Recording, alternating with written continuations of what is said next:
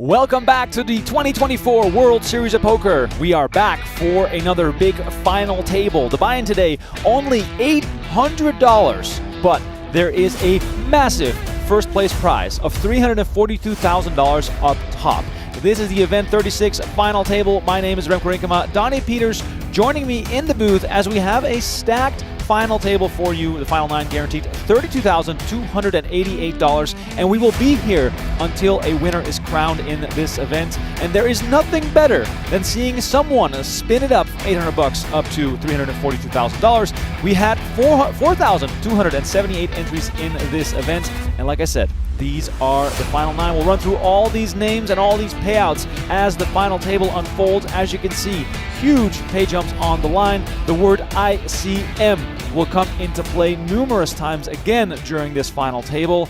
And we'll start introducing these final table players for you. By the way, if you're watching us on YouTube, please shout out in the chat. Let us know where you're watching from. Same goes for the people that are tuned in on PokerGO.com. Also, much love to people who are tuned in on Pluto, on Freevee, and wherever else you are catching the live stream.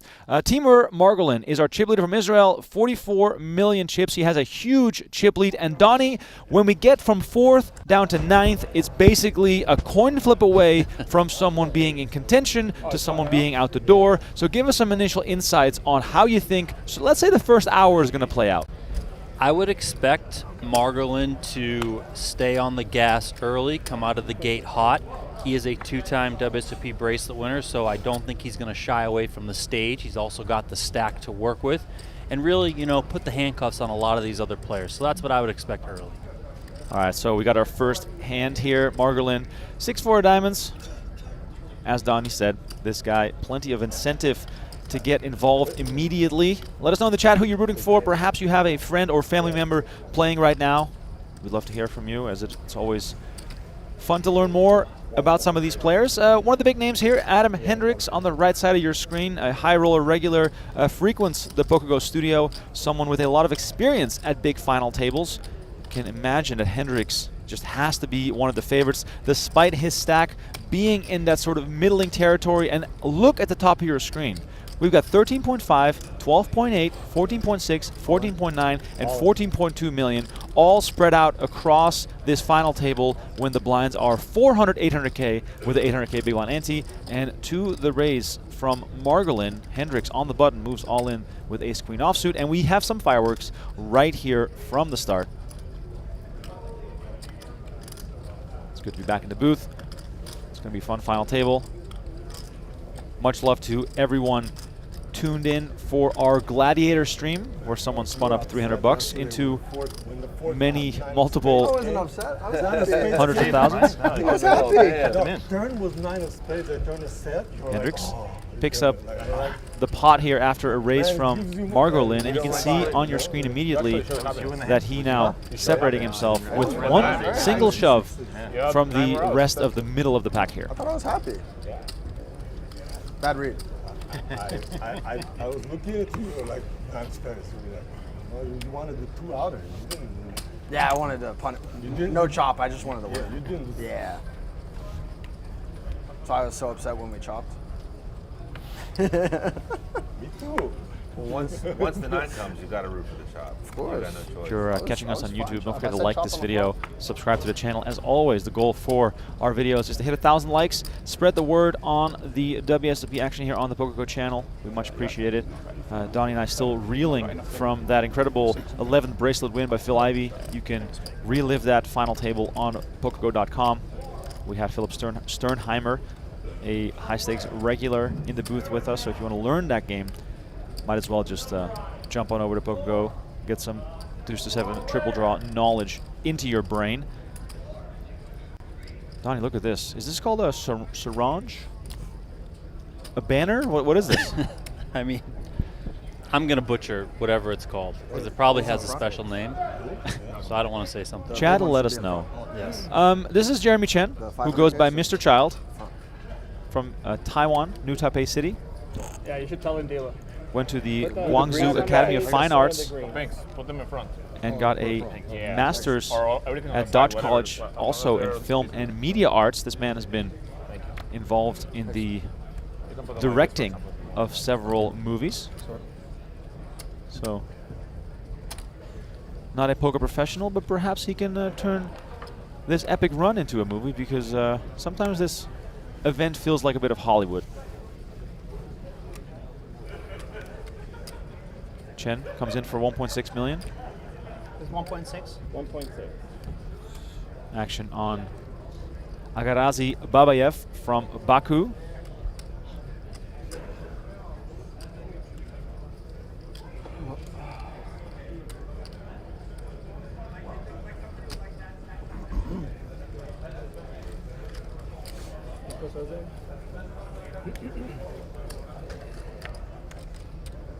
Babayev makes the call from the big blind.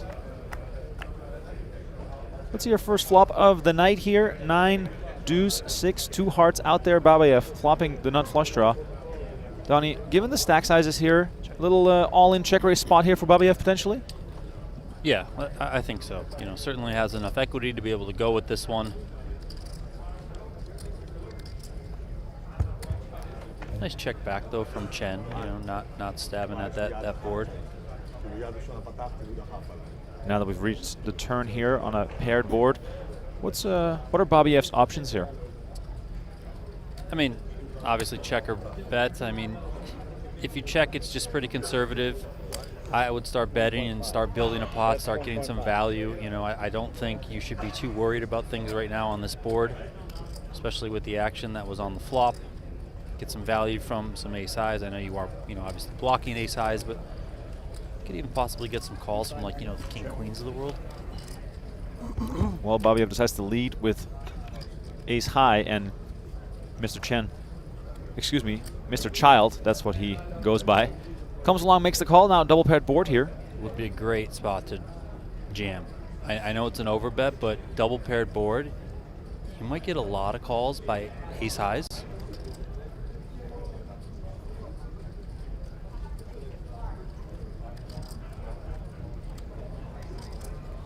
Looking at the stack sizes here, 7.4 million in the middle. Babayev has 9.6 left in front of him. This would be absolutely massive if he can pick this up here.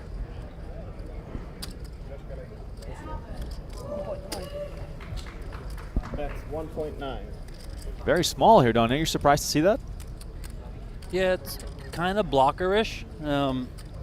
I mean, maybe he's doing it with the intention to induce a raise and then call off, which is fine. If you think, you know, that's the path, a better path to maximum chips versus coming with a larger sizing, possibly even a shove, which would be totally understandable given where the SPR was, then go for it. So now Chen, thinking about this, almost seems like, you know, almost seems like an easy call here on the double paired board. Yeah, I mean, hearts missed, 7, 8 missed. There's some other combinations of straights that missed here. Of course, I think it would be a very good fold if you were able to find it. I mean, this does connect with a lot of the big blind range here. I mean, he can have a 9, he can have a 6, he can have a deuce.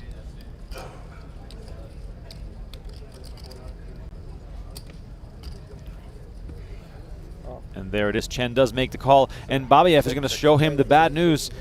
The only card on the board that would give him this kind of trouble, the 6, belongs to Babayev, and he chips up to 19 million, and Chen now below 10 million. Donnie, with pay jumps this big, these players must be like absolutely ridden with anxiety. Yeah, and you know, every single chip, doesn't matter how big or small the bet is, it's going to matter immensely to all the players that are, you know, as you mentioned at the top of the show, bunched up together. In Turkey at the moment. Turkey? Yep. Where in Turkey? Alanya. You've been there, I suppose, right?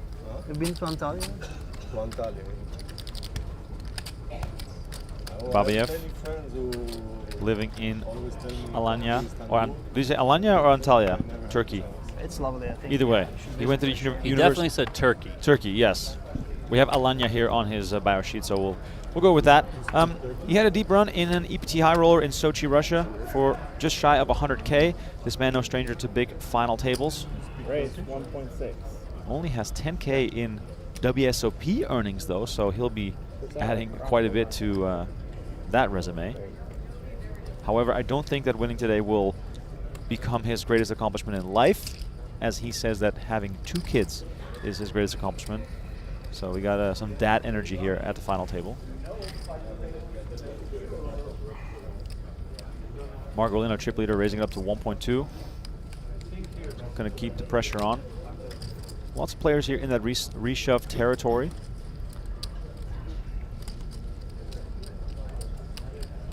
Uvila here, certainly in that territory, and has a great hand to do it with. 2 8s.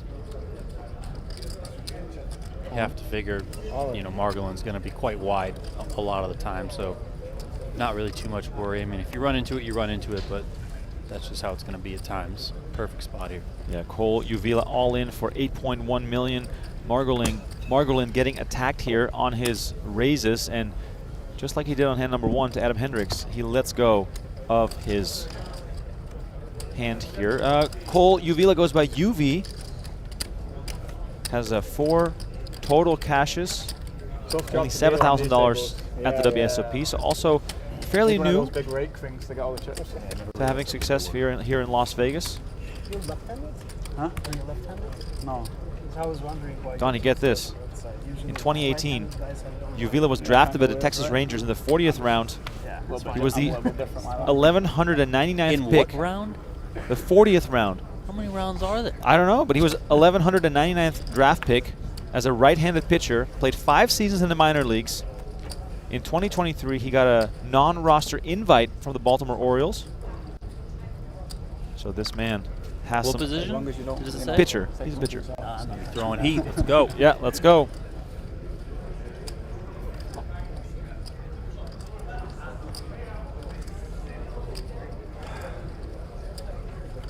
Chen takes the conservative route, throws ace-10 into the muck. This means I came from the New Taipei City. You came from where? Came from New Taipei City. Great, We are a 1.6. group of fish. I'm the biggest fish. It's an honor trip. And you Love have it. More people are wearing this? You have like a group really, or?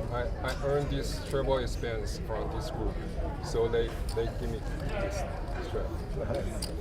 Just for fun. Okay, I'm an instant fan Good of James place Chen, at Mr. WSOP Child. final table, yeah. For those that didn't catch that, that is part of the home game. He said that he's the biggest fish.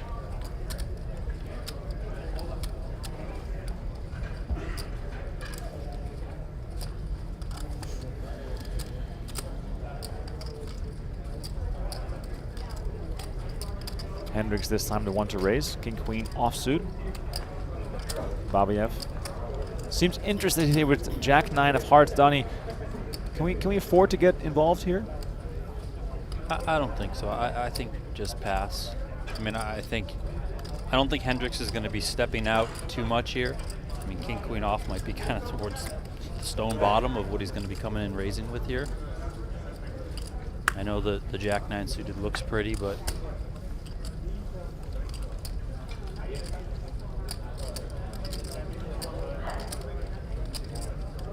Margolin finds only 8 deuce offsuit, probably not too happy with Hendrix attacking his blinds. Donnie, from the perspective of someone like a Hendrix, you know, played big final tables, plays high rollers inside our studio, to be at a final table like this, it must be a bit of a mind fuck, excuse my language, to have these massive pay jumps for such a low buy-in event, while also having to navigate the unpredictable nature of some of these players. yeah, you know, but I would say that his past experiences playing in some of those bigger buy-in stuff might prepare him for the pay jumps that are at hand here. Obviously, you want to win. Hendrix was all in against Margolin yesterday when there were 2 tables left, 10 players left. Somebody busted in 10th place. Hendrix was tanking with only a couple chips behind. Found out that person busted in 10th place, put his chips in. He had 6s versus Margolin's 9s. Oh, yeah. Wow. And the board runs out a flush. I'm showing my Even with the 9 on the turn, it came all spades. So Hendrix got very lucky to double up, and to bring it around full circle, Hendrix was ecstatic. Like jumped Wow. out of his chair, was like pumped up that he doubled up. But it's an $800 buy-in event. You know, this guy plays in the PokerGO studio all the time for lots of, you know, much higher buy-ins. But it still matters so much. The World Series of Poker, the bracelet, all of that matters so much to these players. I love it. I love it when it matters to the players. doubled up. You hit that 9, that was nice. Raise 1.6. That was a luck. Uvila, ace-10 off, is going to take a turn attacking the blinds. I did win one pot. By the way, shout out to everyone who's tuned in. Already seeing tons of people in the chat. Let us know where you're watching from. Let us know how your day's been. It's a lovely Saturday here in Las Vegas. It's just a casual 110 degrees outside. Of course. All of us. Luckily, a little cooler inside here, but at least the action is heating up. And while you're at it, smash that like button. Let's get us up to 500 likes here at the start of this final table. And I think this is a pattern, Donnie, we're going to see a lot. Raise and fold with the stack sizes that we currently have. Yeah, I mean, it's kind of a feeling out period. I know players aren't super deep, but they're pretty deep, you know, given them the tournament that we're playing. But a level true passes, you know, fireworks are going to happen. A little wide-angle shot here of the room. This tournament takes place in the ballroom at the Horseshoe. Just behind this table is our main set, which will be used plenty of times this week. If you want to see what we have going on, go to PokerGO.com/schedule. We have all of our final table streams lined out, and if you keep scrolling down the list, it's a long list, you'll see that we have daily coverage of the World Series Poker main event coming up starting on July 3rd, so don't miss any of that action. Subscribe now to PokerGO.com. Use promo code WSOP24YT to save 20 bucks on your annual sub. If you only care about WSOP, treat it like a pay-per-view. Trust me, we work really hard to bring you the best poker coverage. And we've got a new season of high stakes poker coming right after WSOP, so you might as well just get in the mix right now for the discount. Alan here is going to get involved for the very first time. Finds those kings. Donnie, this man has a wonderful nickname. Which one is that again? Oh, yeah. Mike the Strike. Yeah, Mike the Strike. Well, Mike the Strike's about to strike right now. Big time bowler, I'm hoping. Could be anything. Michael Allen, Mike the Strike, has 600K in career earnings. Resides in Phuket, Thailand. His biggest win was a Venetian Deepstack win last summer. Also cashed the World Series Poker main event back in 2022, originally from Manchester, England. And Margolin here on the button with Queen Jack off. These are, by the way, the two big stacks at the table. Yeah, I mean, it could be an interesting spot if Margolin wanted to mess around a little bit. He does have 2 face cards, so blocking some premiums from his opponent. If he wanted to, you know, just try and put the hammer down a little bit, he could. It wouldn't be out of the question. I think we might see just that. Wow. Margolin going on the offensive here. You know, it's just one of those spots where if you're Margolin, Allen's been very quiet as second in chips. Eventually he's going to try and come in, take some pots. So maybe this first one, you know, again, you just sort of exercise the big stack. Wow. But you're going to run into it. And now, look at this. I mean, this is the spot. We're still working on correcting that little photo we got up on the screen. But, hey, maybe it gives him some more fold equity. Rios Vallejo. Apologies for my butchering of the pronunciation here. We're going to just call him Rios. He's got 13 million in the big blind with ace-queen offsuit. Donnie, does this look tempting or more so just scary? I mean, a bit of both. I mean, it certainly looks tempting because if you're understanding the dynamics, at least as I'm reading them, you know, we're coming into this final table not really having a lot of understanding of the dynamics. These guys have played together for a day and a half. So if you think that the dynamic is at play where Margolin's just really trying to put the pressure on Allen, the other big stack, then maybe you just go with the ace-queen off. There we see Rios does elect to fold, and very well done by him because the shallower you are, it's not easy to look at an ace-queen and just put it in the muck. But he does there and avoids disaster because he would have been up against 2 kings. Very well done by our finalists from Mexico. Action now back Raise to 9.7. on Allen, who makes it 9.7 million.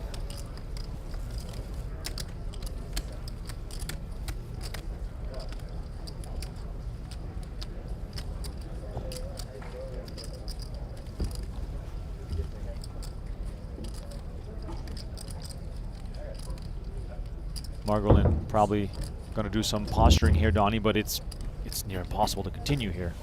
Yeah, he's just got to get out of the way. Really don't think Allen is going to be getting out of line there I'll move your water. against the one player that covers him when he has a really good chip position overall. For people asking about the 50K No Limit, the final table of that event is streaming tomorrow on PokerGO.com. 50K High Roller going on right now in the same room. Donnie, what are some of the storylines in that 50K? Because that final table tomorrow could be stacked. So I'll give you a second here to pull up whatever's going on out there. Blinds out, right? D-Negs is doing well. Chipped up pretty nicely to start the day. Phil Ivey's still out there battling. Wow. Last year, that event was won by Leon Sturm, had 124 entries. When we came in here today, they were already well over 150. Wow. With some time left in registration. I think registration is about to close, right about now. So within the next half hour or so, we should get the final number. So really good boost to the field in that 50K, first 50K of the 2024 World Series of Poker. So a lot of fun out there. I think Leon Sturm won around 1.5, 1.6 million, so you would expect an uptick there as that field does grow. Masashi Oya, who won a bracelet, he won I think it was the 100K down at WSOP Paradise. He was the big stack over there with like 3 million in chips, just cruising. I mean, some other big names that we saw. Everyone's favorite enemy, Martin Cabral in the mix. Victor Blom, Isildur also playing. Nacho Barbero playing as well. So we'll keep an eye on that event as well as the night goes on. And please know that that final table is streaming tomorrow on PokerGO.com. You just arrived recently, or you've been here from the start? What do we have here, Donnie? Joey Couden jamming all in. Good spot for him, ace-7 suited. Not so worried about that raise from the cutoff from Margolin. Again, Margolin's the chip leader. He's been active, he's been aggressive, so. No. Got that Manchester twang. Manchester. So, this is another interesting spot here that Rios finds himself in. How old are you? For me, I would read this one. So you're probably a City fan, right? Probably has a little more strength from Couden. Now we can obviously see Rios has him dominated, ace queen versus a7. Good time ahead. 1.85. Hopefully. Man. You're in And when I say a little bit more strength, I mean compared to when we saw Margolin 3-bet Allen, right? Just because that seemed like more of a power play than anything. How much is Rios affected? How much is his decision making affected by the fact that the stack sizes are the way they are? Sometimes. I mean, yeah, of course, you don't want to go nuts. He's not the biggest stack, but Chen is still over there with sub 10 million. Couden has less than him, of course. Couden could bust on this hand. He knows that. If he gets out of the way, everyone gets out of the way, and Margolin ends up calling, could send Couden home, which then gives him a big pay jump. You still have Machado. You have Uvila, who's right around the same stack as you, So it's just kind of a battle for position. Like, you're just jockeying for those ladders in this early portion here. Trying to set yourself up as best you can to finish in the top 3 and then ultimately go from there. Donnie, let me pose you a question here as we await a potential decision here for an all-in shove. Let me pose you this question. The players right now are guaranteed $32,000, and chat at home, please play along with this little thought experiment. Right now, if I offered you Rios a stack, would you play it as is? Or if you were guaranteed 5th place, would you fold all the way to 5th place, which would be 93K? So it would be a 60K pay jump. Yeah, fold. But you would have to fold the rest of the table, rest of the final table. You either fold the 5th place or you play your stack whatever way you want. Well, I'd probably play my stack. I mean, I would take the 60K pay jump. Let's go. Guaranteed pay jump. Maybe that says more about my financial stability than anything. All jokes aside here, my name is Remko Rinkema. Donnie Peters alongside me in the booth. I'm going to call the action here until a winner is crowned. I wonder how many people in the chat would take the guaranteed 60K bonus versus playing your stack and having the potential of busting out sooner. Chen, by the way, down to 8.3 million. He's in a real danger zone here. Right around 10 big blinds. Donnie, you've been roaming the Horseshoe and the Paris. Have you seen Martin Cabral play at all? Some people in the chat are wondering if he is the first time that I saw him out there. I don't think he played any of the 25Ks. which I think is par for the course for him. In some recent years, he's really only come out for the big buy-in stuff. Plays the 250K, yes. He plays the 100K, yes. Here he is dabbling in the 50K. Has he been standing up? You know, he's done some standing up, walking around, but not too much. All right, we're on to the next hand already as Uvila raises with the strong-looking ace-queen offsuit. Babayev kind of always wants to be interested. Yeah, Babayev seems like he came here to play, came here to try and win, and correctly lets go of the ace-4. The Tom Wheaton lookalike here, Machado, lets go of his cards. Shout out Faded Spade. And if you're Chen here as the short stack, you're just looking for a spot. Oh, for real? Yeah. Thank you, Adam. The rail is so high. Yeah. Comfortable Thank and you, Adam. just shy of 20 million. Okay.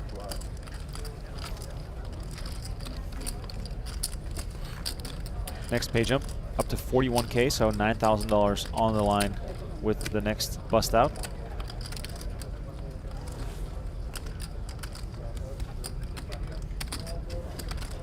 Donnie, Christy in the chat and myself as well are wondering, what events are you playing like a the rest of Egyptian WSOP? soccer jersey. Well, I only played the It's 1K like Turbo. But Got 75th, You're 1 for 1, so you might as well stop Yeah. now. Arabic, but I can't read hieroglyphics.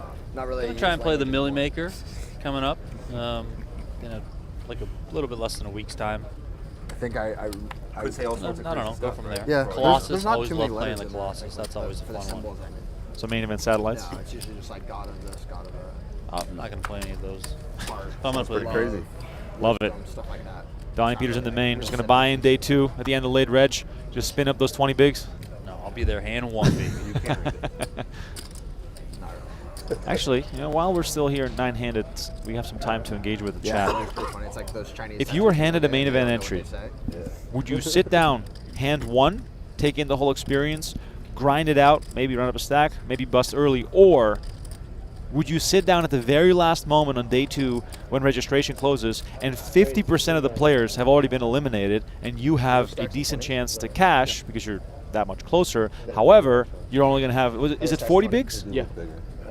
Something like that. I mean, it's a very healthy stack. Right, so 40 big blinds at the end of registration on day 2, or 300 big blinds, hand number 1, and maybe you'll be out of position against Phil Ivey. Maybe your main event dreams won't be very long. Let us know what you prefer. Kind of curious. Rios here, raising 10-9 of clubs to 2 million. Uvila finds ace-jack of hearts in the big blind. Curious to see how he's going to approach this. He's watching the streamers. And there it is. Uvila moves all in for 12.6 million to cover Rios, and Rios lets it go immediately.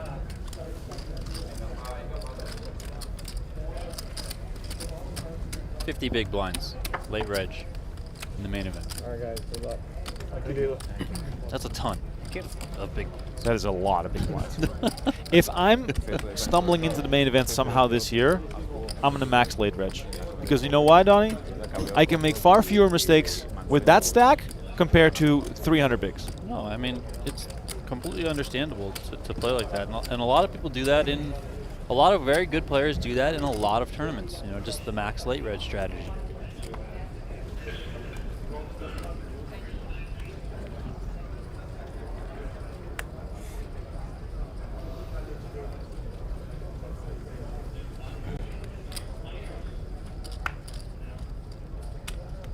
How much does he look like Tom Wheaton, by the way, Donnie? Dead ringer.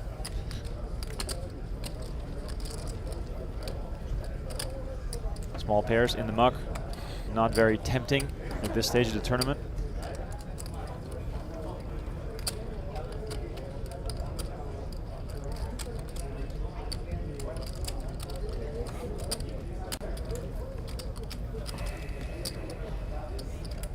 Hendrix with the goods on the button. Dream scenario for him. He is going up against 2 players that cover him in the blinds, so if they fight back, Donnie, is ace-queen strong enough to play with? Yeah, I think so. We are playing 500K, 1 million now. so everyone's aware. Lines went up 2 hands ago. 9 million. Raise 9 million. Well, Hendrix is going to take the approach of making them have something to play with. Comes in with a raise to 9 million, so putting half his stack out there. A little posturing here from Uvila with the 7-6 suited. That 9-3 suited ain't going to do it for Allen, so. Hendrix picks up another pot here, up to 20 million chips. He's quickly becoming very dangerous here at this final table. Yeah, even those raise and takes, you know, just getting the blinds, getting that ante, are worth so much.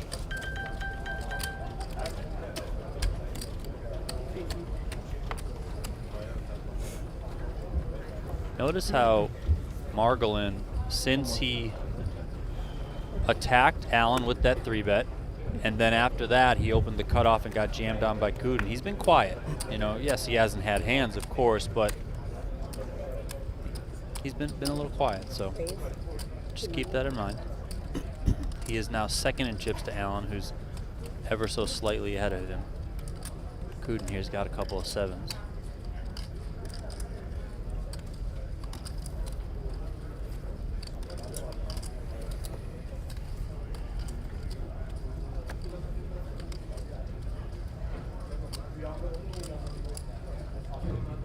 Oh, here we go. Could see an all-in here. I wouldn't think Couden is raised folding 7s, given that stack, but 7s are kind of in that weird gray, tricky area. You know, you can kind of go either way. 8s is usually like the line when it's like slam dunk, I'm going this way. 6s are like slam dunk, I'm going the other way. 7s is like, I have to think about it a lot. Uvila here not going for the shove, just 3-betting from the button with ace-jack offsuit to 4.4 million. Donnie, is this, signaling strength, or is it more so? This might look super strong. Right. We've seen Uvila shove twice before. Couden kind of shot him a look there and like got a little bit of a smile. Like, I mean, what's this? I mean, you're just gonna click it? So, I mean, Couden probably happy to have a way out. The decision probably harder if he gets shoved on. And we continue 9-handed play here. If you're just tuning in, you haven't missed a thing. We haven't seen an all-in showdown yet, but we've seen lots of, I guess, careful tiptoeing. Lots of shoving, lots of folding. yeah, one interesting spot about this, the start to the day, is that last night they were playing 5-5 with 10 players left. So really only half of these players were playing with each other deep in the night before making the final table. So they're coming in here likely having played 9-handed for very little time with one another. So it's still kind of a feeling out period in this early going. Whereas sometimes we come into these final tables and we're starting 7-handed and they were already playing like 9-8-7 the day before, so they have a little bit more experience and dynamics with one another, so they're a little bit willing to come in and like start firing. Interesting there to see the ace-10 suited into the muck. Chen here. Less than 8 big blinds. Yeah. Probably a spot he wants to put this in. Blinds now up to 500K, 1 million. We're getting in that gladiator territory again with those multi-million chip blinds and antes. Chen doesn't have a whole lot of options here. An ace-7 might be one of the better spots he's going to get.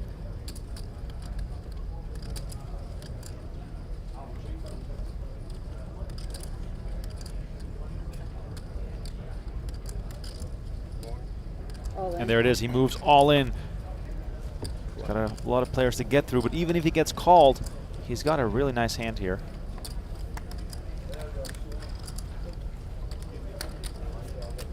Jeremy Chen running into it here as Babayev finds queens in the small blind. How much did you count? 8 million and a quarter. 8 and a quarter? What? 8,025,000. All in 25.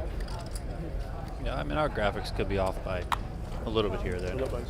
Not something egregious, but Right. So Babayev here makes the call with pocket queens, and Chen is going to need some help here. Ace-7 versus Queens, our first big all-in of the night. And Rio, remember, folded ace-10 of diamonds, so he like dodged another bullet. You know, he's kind of been bobbing and weaving and just getting out of the way at the right time. Great timing from him here as the flop brings out king, deuce, 3, 1 club. Backdoor clubs, still an option here for Jeremy Chen, Mr. Child. 4 on the turn, gives him a wheel draw as well. River card incoming. Let's see if we're going to have our 9th place finisher. 5 in our ace, or we got a page on. It would be nice to see the full board here.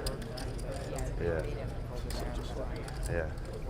King 3 deuce, flop, 4 on the turn.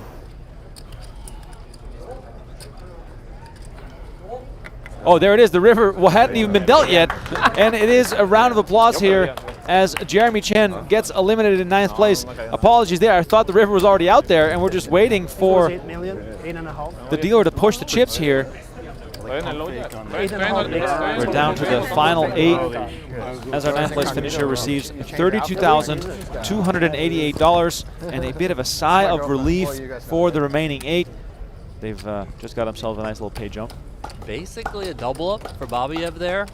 I mean, he had slightly more than Chen did, include the blinds, the big blind ante, and he's up now over 26 million. You guys can see the leaderboard at your top of your screen, presented by Monkey Tilt. Allen in front, Margolin right there behind him. Now we have kind of this, a more defined middle pack with Uvila at 22 million, you have Babayev 26 million, you have Hendrix 20 million. And then you have the shorties, Machado, Couden, and Rio. Yeah, you guys are too close. Uvila is going to be happy to receive that bump in pay. And for the 3rd time at this final table, he picks up ace-jack, this time of the offsuit variety. Actually, just switch. Raise. We were like a reverse. Must feel good to be in this spot and you know, in a way, like there's kind of some weight off your shoulders. You're like, okay, I didn't have to put my chips in and possibly be the first one out. So there's a little bit more freedom that you might feel now in this spot. Well, so long ago.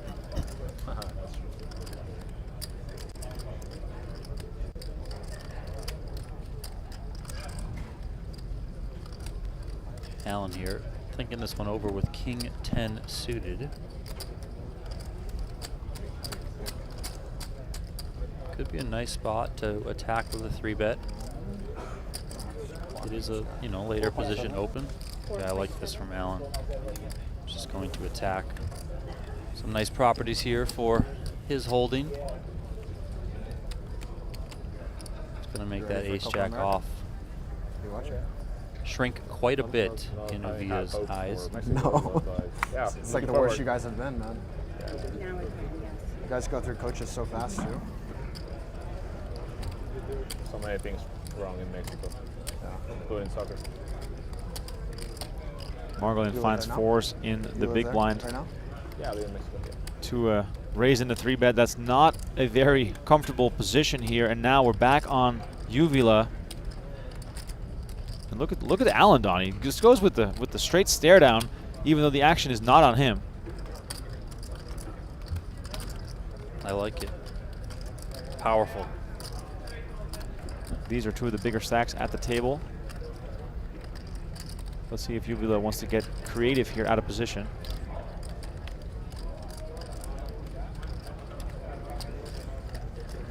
Notice, once again, a 3-bet coming in, a non-all-in 3-bet.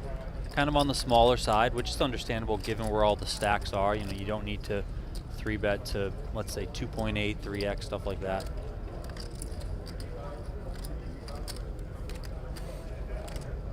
Reminder here, there's no shot clock in this event, so players can take their time. And Uvila lets it go. Donnie, good reasoning here for Uvila not to get involved there with the ace-jack offsuit. Yeah, I mean, ace-jack is just a tricky spot to play. Ace-jack off right there.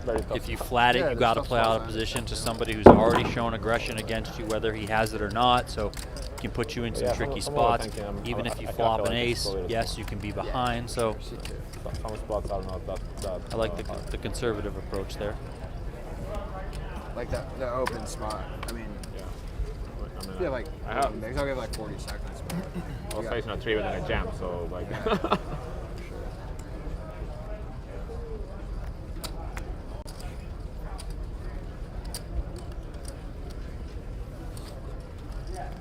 Hendrix, let's go to the ace-5 of hearts. Under the gun. Excuse me, under gun +1.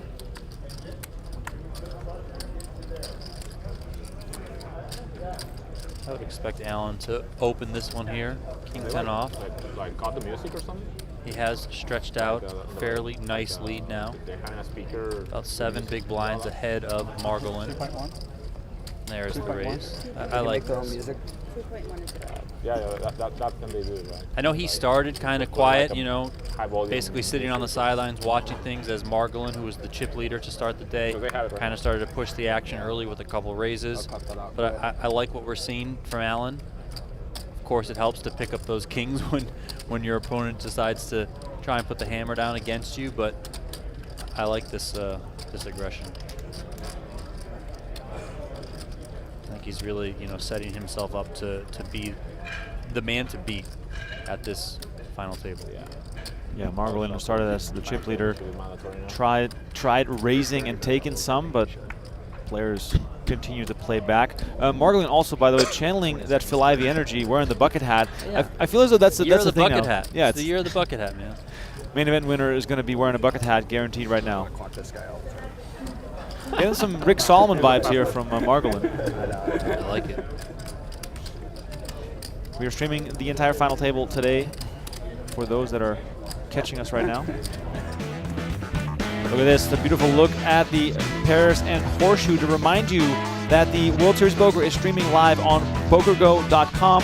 Use promo code WSOP24YT for $20 off the first year of a new annual plan.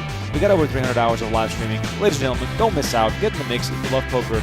This is the place to be. And like I said at the top of the show, we got a new season of High Stakes Poker dropping right after the WSOP. Quite a bit of a rail building here inside the horseshoe. It's always good to see players getting some support. Okay, sweet. Still 8 players here at this final table as Allen finds ace-deuce off.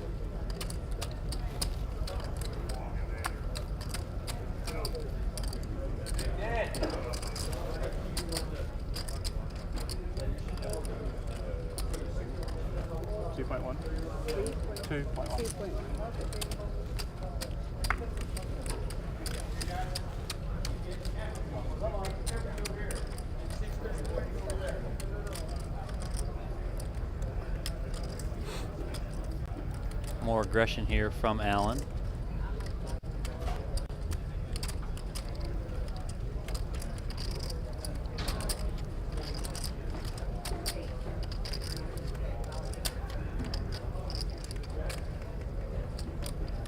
Babayev deliberating with King Jack off.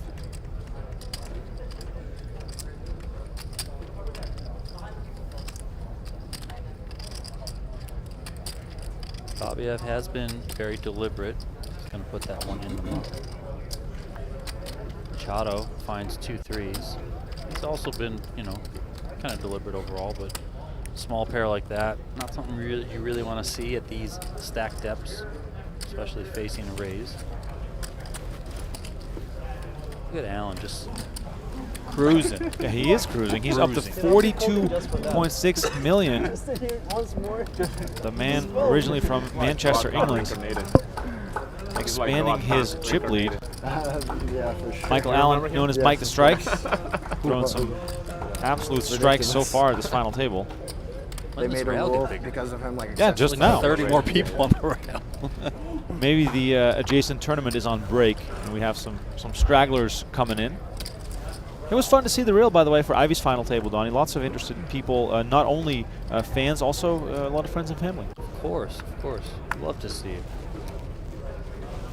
I feel like the rails have gotten quieter and quieter every year at the WSOP. Yeah, the Brits have been retired. They've moved on. Yeah, they've moved on to different hobbies. Nice looking ace king off here for Babayev. Yeah, Babayev, one of our more active players so far at this final table. Wouldn't be surprised to see him make a deep run. 2 million. Raise. That's Jeremy. That's Jordan's dad. Did you say hi? $2 million is the raise from Babayev. Donnie, if you're Margolin, is it hard to, I guess, stay calm when you've just given up your chip lead, you haven't been able to win a hand yet, then you get dealt hands like Jack 10? Like, is it easy to get carried away and perhaps a little bit caught up in the moment? I think so to some extent. I don't think it's necessarily because he's lost the chip lead. I think Margolin is just the type of player who wants to get in there, he wants to be active, he wants to be pushing the action. And I think that probably obviously helped lead him to have the chip lead yesterday, coming into today. So, you know, I think he's just the type of player who he wants to be involved. Strike, Aga. No, you can't say strike. That's my nickname. Thanks, buddy. All right. Good enough.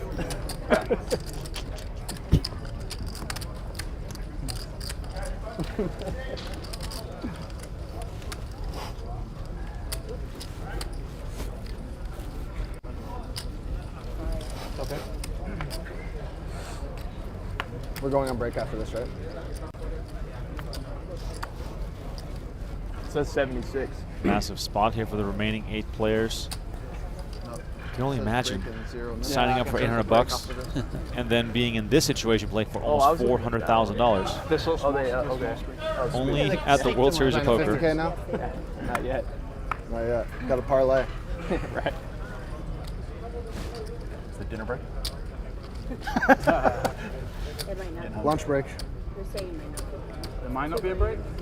These players played for an additional day. We were supposed to play this final table out on stream last night, but the field was so big that we didn't even end up reaching the final table until last night.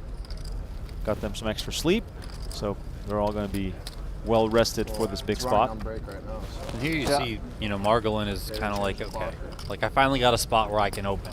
Is there going to be Hands a break? kind of whatever, but it folded to me. The other big stack is out of the way, so On the clock, let's right? get in there. Try and pick up some chips. Uvila again with Broadway cards. King Jack off. He's going to make the call here. Always knew you go. Heads up to the flop. Uvila out of position. Can you get the floor for us? Ace, 7, deuce, 2 spades. Uvila has the king of spades, but Margolin here flopping a flush draw. Donnie, Margolin is going to play this as if he has an ace, right? Yeah, I mean, even without a flush draw, this is one of those range bet boards for Margolin. He's just going to blast here.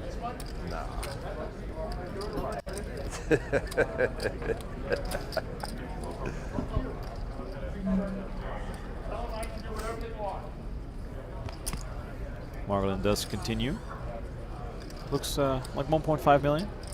Reds are 500K, blues are 100K. Yeah, nice and small here. Really no need to go much bigger. Just this should get the job done. Uvila lets it go, and Margolin rakes it in. His first pot of the final table, up to 34 million after a bit of a rocky start for him. He's still down about 10 million on the day. If you're familiar with our shows, you know that we don't like to take breaks, so please stick around. Players are going on a break. We're going to fast forward through this thing, but not before we let you know that your path to poker mastery is right here for the taking. A fun, social, and affordable way to learn poker. Join the growing Octopi community, the tribe as they call it, on octopipoker.ai. Scan the QR code on your screen right now, and maybe you'll learn a thing or two from Mr. Lucky Chewy or Mr. Nick Schulman, who is now a 5-time World Series of Poker bracelet winner. So octopipoker.ai, go get there, get in the mix. And there it is, time travel. We are back at the final table. Little skip through the break here. Love to see it. I know we are pushing people to octopipoker.ai, but I would encourage people also to check out the Octopi Poker YouTube channel, because Lucky Chewy has Octopi Vision, which is sort of a full-on, like, you know, how to study poker kind of path of videos that people can check out. So, and Lucky Chewy, he did some coaching for PokerGO recently, in the studio. So very bright mind, very articulate, able to really get his thoughts across. So I would check that out on the Occupy Poker YouTube channel. So we're not supposed to play? Well, everybody had folded before he said that. He's like trying to encourage action. I think. No, the clock didn't even go. Oh, really? Yeah, he started it when he said. I was joking. He's doing too much. He should have a dedicated three floor. tournaments at once. Yeah. We're on like 3 tournaments right now. Yeah, and they're different. There you go. Nice hand, UK. Beautiful. We'll take that all day. Get used to that. Drop us Walk some there bars. for Alan. Looks like we got some new chips in play. Alan's got some oranges, which I believe are 1 million each. Wow. I love to one day have a chip worth 1 million in front of me. That'd be amazing.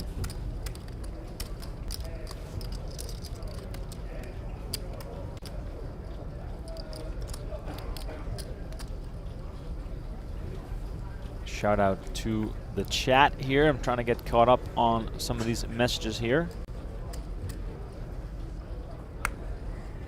Bruce says, when it comes to watching poker, it is all about the commentary. Well, I hope that's a good thing as far as you enjoying our shows. Funniest thing happened when we had Philip Sternheimer in the booth with us for the Ivy final table. As soon as the show ended, like literally the second the show ended, we took our headphones off, and Sternheimer said, "You guys always talk about pizza on the live stream. I want to know what pizza should I get. You know, I'm visiting Vegas, and he lives in London in the UK, and he wanted to know everything. He wanted Donnie's rankings, he wanted my rankings. So Philip Sternheimer probably coming to a pizza spot near you in Las Vegas, which was really funny to see that. Margolin here, raising it up with ace-4 of hearts, 2.5 million.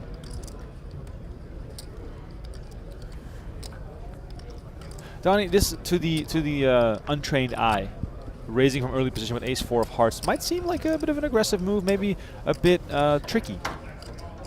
Yeah, I mean, Margolin, speaking to the trickiness, he's the veteran, you know, 2-time WSOP bracelet winner. Also, I mean, you have an ace, so you're removing that from your opponents having an ace behind you, so I think it's fine here. You can really put a lot of pressure on a lot of stacks. At this point, I mean, you really only have to worry about Alan picking something up and fighting with you, but he's in kind of an unadvantageous position being in the small blind. Babayev's going to come along with a call from the big Queen-7 of diamonds. Jack 5-3 here, rainbow.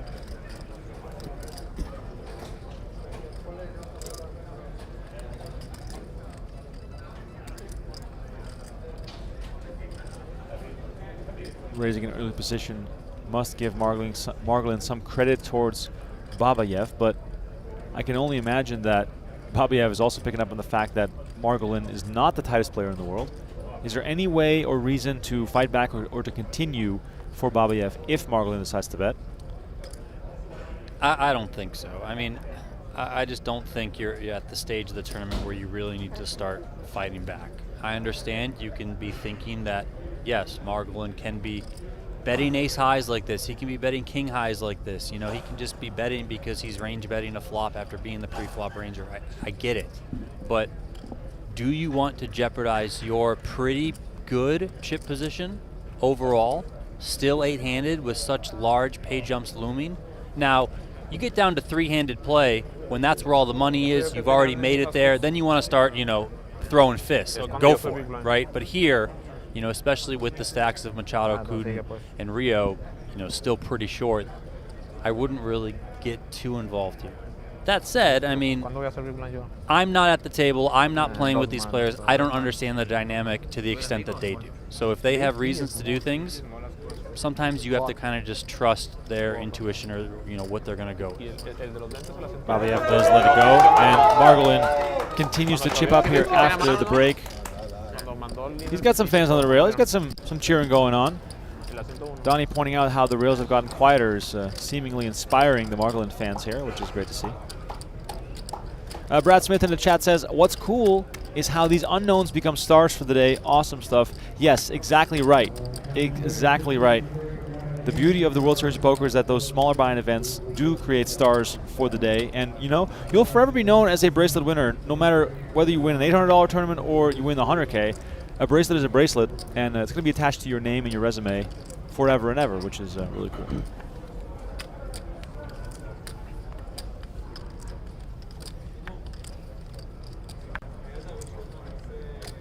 Might be time for Rio. A couple of sixes. Sitting on 6 big blinds.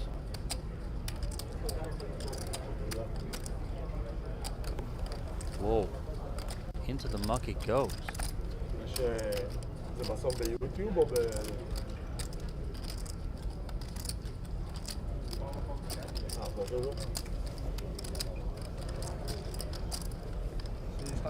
Action folds to Allen on the button, and we've seen him rake the chips in since the start of this final table. He's up 11 million since play started. The only player to win more is to his direct left. That's Mr. Babayev. He, of course, took out Chen not too long ago. 9 and change. Thank you. 9-4. 26.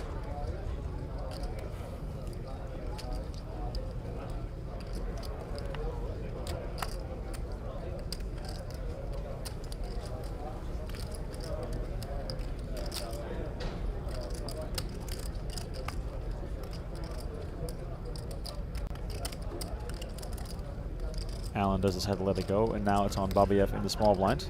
Jack 3 offsuit. Donnie, where do you draw the line as far as, you know, action folding to you in the small blinds and, you know, wanting to get involved, whether it's limping or raising? Is there a clear sort of defined line that tells you, like, oh, you know, this hand is automatic, or either way, like either direction? Yeah, I mean, there are lines. I like this play here from Babayev. You know, he's got one of those paint little combinations that can jam small blind versus big blind against a shorter stack. So the Jack blocking some of the good cards that Machado could wake up with. That 3 unblocking hands, like, you know, 9-7, 9-6, stuff like that could fall into the hands of Machado and ultimately fold. So good recognition there from Babayev.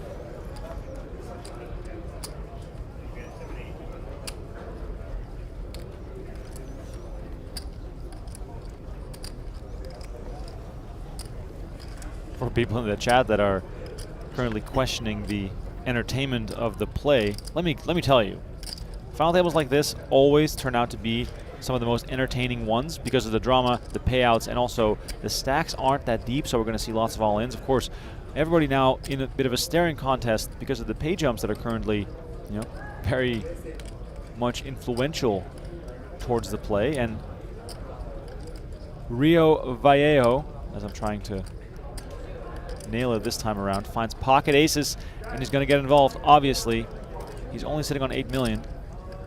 He's going to put in a committing raise.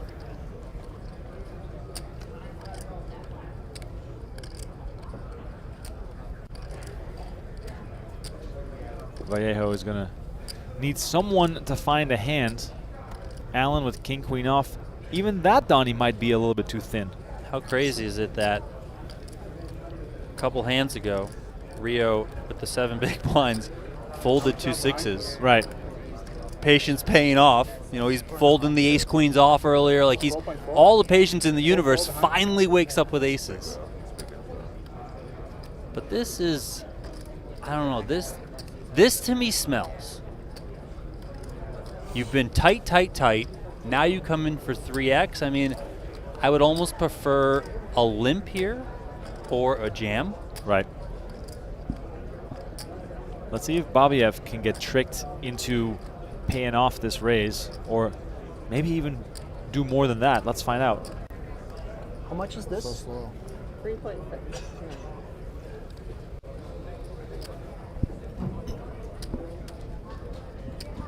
3.6, right?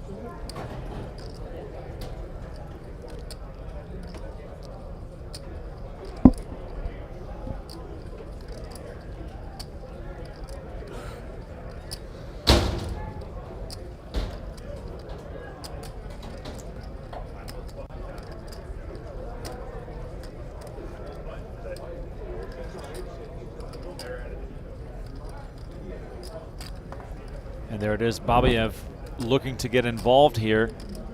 And this could be a disaster for him. Now, of course, disaster in the sense that it might cost him 8 million chips. He does have him covered by a large margin. Let's go, bro. Go.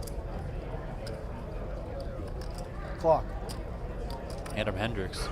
Could hear him getting a little bit annoyed with the pace of You pay. have anything anywhere to go? I don't get it. Buddy, you're spending 90 seconds. Come on. So what's your problem? I don't get it. It's nothing against you. Actually, it is against whatever. you. You're taking forever. Lines are up every.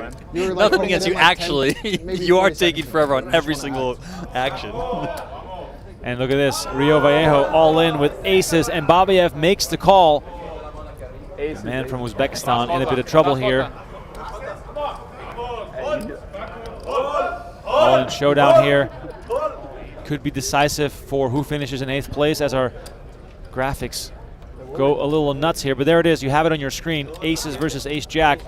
Rio Vallejo, 91% to find himself a much-needed double-up with 19.1 million in the middle. This is the type of spot you dream of when you make a big final table at the World Series of Poker.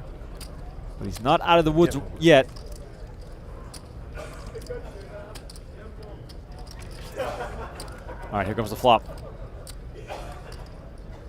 Ace, 5, 9, and it is top set for the all-in player. Couple of spades. I think Rio went to celebrate and then said, there's spades. There's always the backdoor spades. Let's see if the turn is going to bring any excitement here.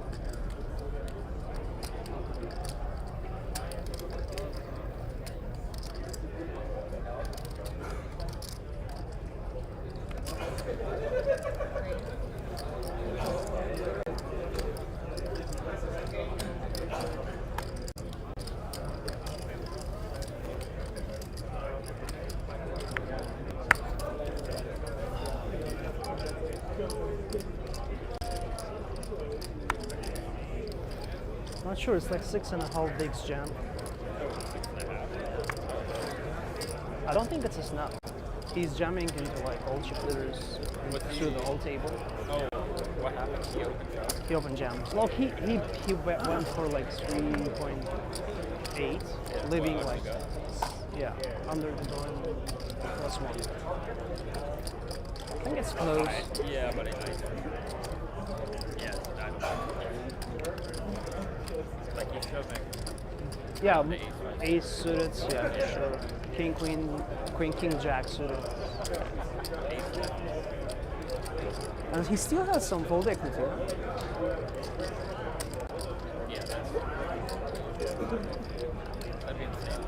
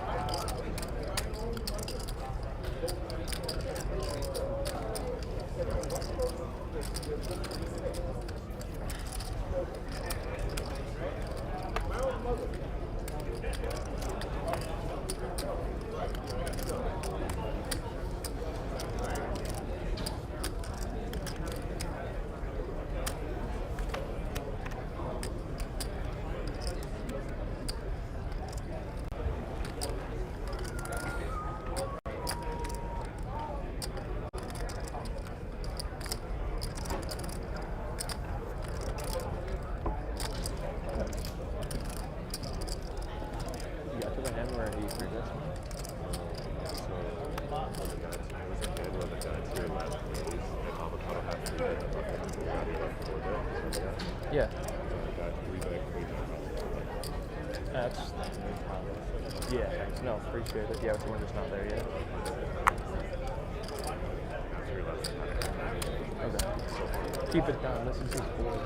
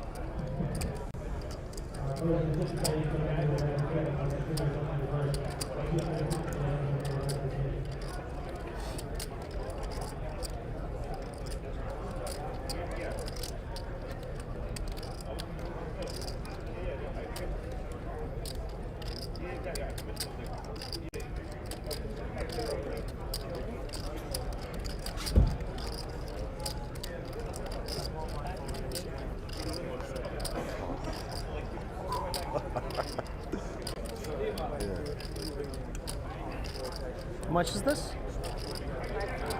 5.8. ¿Ya se vio con que metió tribet en el botón? En mi Big Blind. ¿Y con qué abrió el coto? A ver, espérame, me lo dijiste todo mal, güey, porque me pregunté primero. Yeah, I got that for him. We got it for everybody in the game. Yeah, different colors. Los Reyes. Ah, sí, este es de ahí. From Sí, Hawaii. güey. Sí sentí que iba a hacer eso. ¿Y en la pasada? Nathan, the Big O player, has ¿El gorrito? The Big O player has the same one. Ah, Not the ¿y same one, qué but same tribetió el player. otro, güey? Sí, no, ya sé, nomás, pero por ejemplo, acaba de tribetear otra vez y le metió un forward. ¿Eh? I'm saying, who's this guy who pulled the baseball? ¿Quién? ¿Sí? Oh, okay.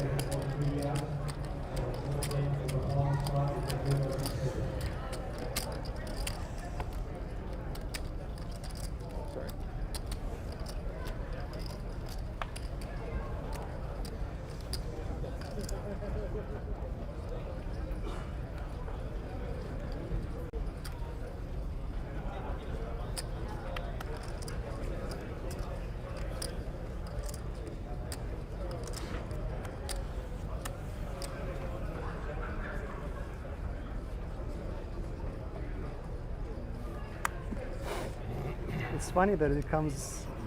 Yeah, I was thinking. Guess what?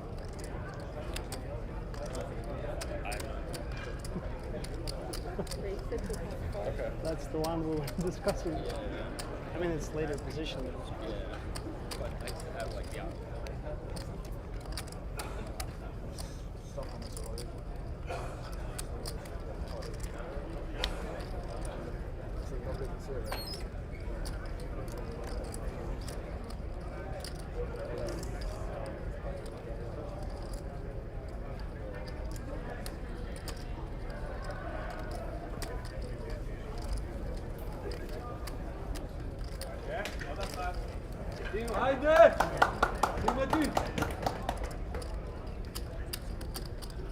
What's in there?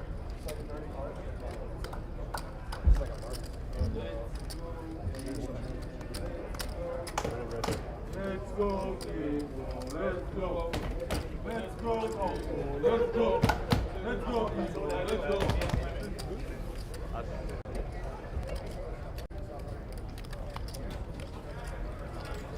Sorry.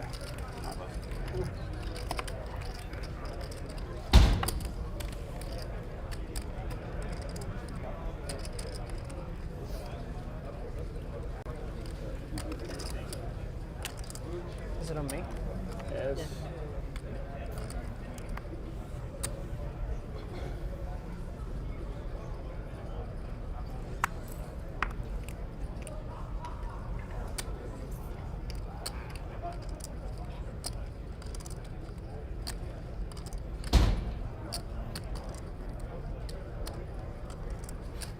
Raise, keep my phone.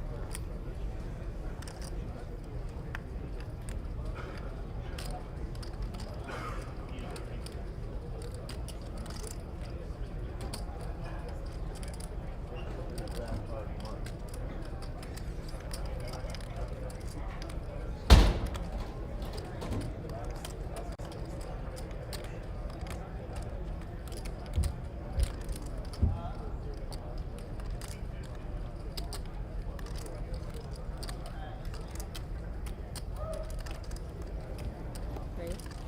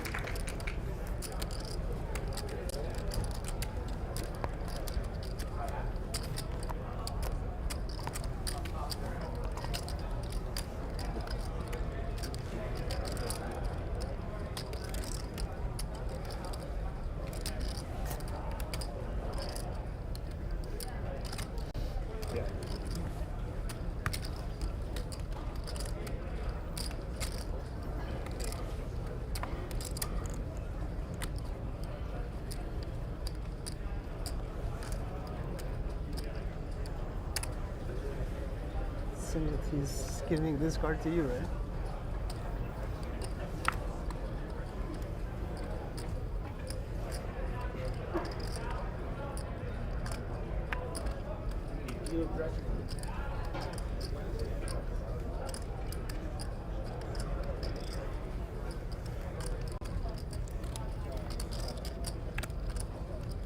Around 26. 25 and a half.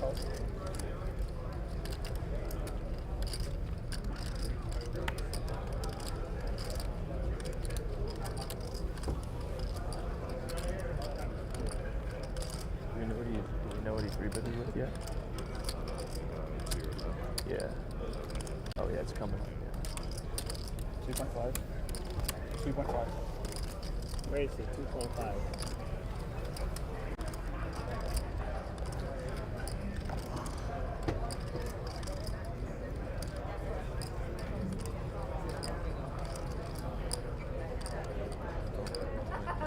Datos otra vez ahorita que le hice trivia. Dije que no me habían caído en todo el puto torneo, me están cayendo ahorita. Ya van dos, güey. Me caigan todos a la verga. 19 millones. Y ahorita que abrió, ahorita que abrió. One time. All in.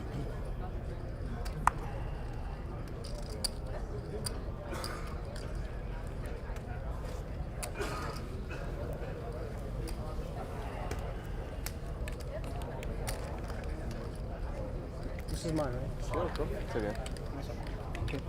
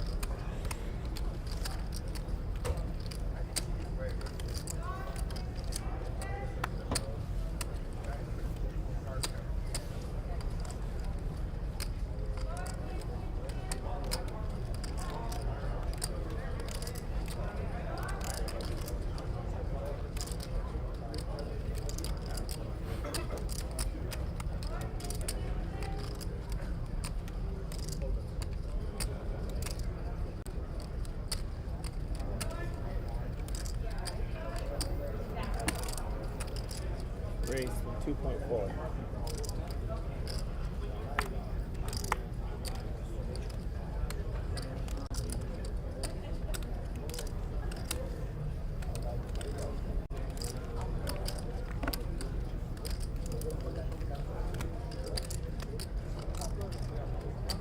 Está el mesero, le piden otras. Si viene un mesero, sí. Por favor.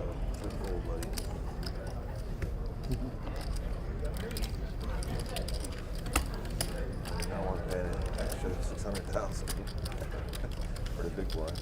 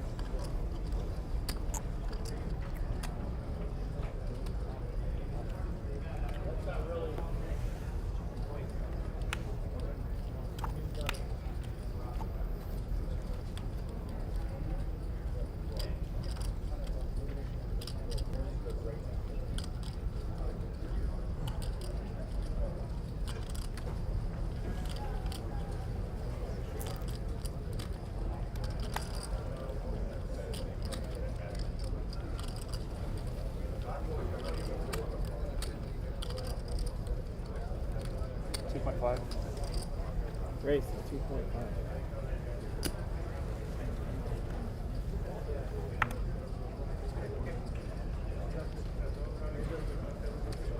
İyi, fena değil, iyidir.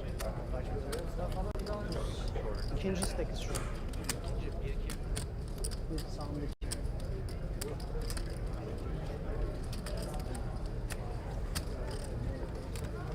That was easy decisions. Too bad jump hands. Open king 5 suited.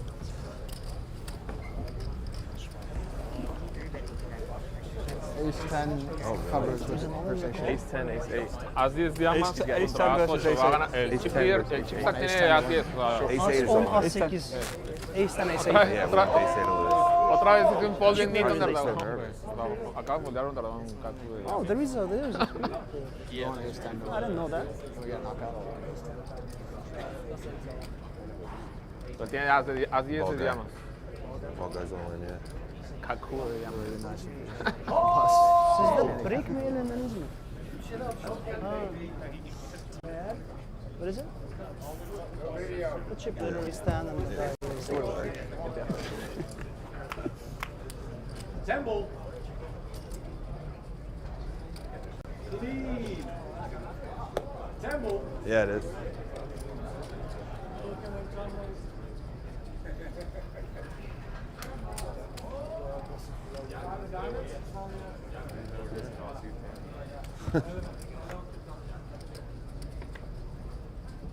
Lead. It's close. Yeah, any heart.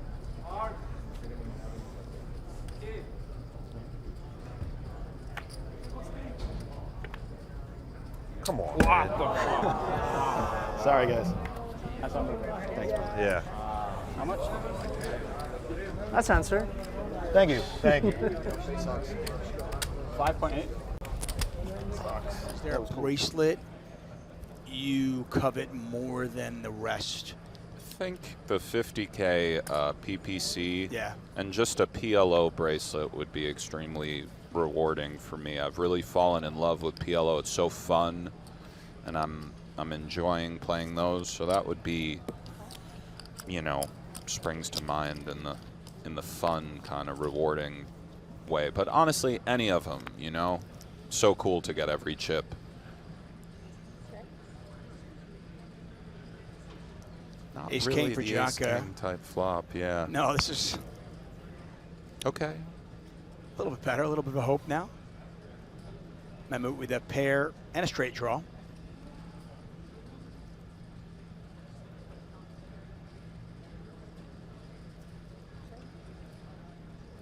Queen could get dicey for him. Check, check, and there's the ace. It's interesting in the face of check bet.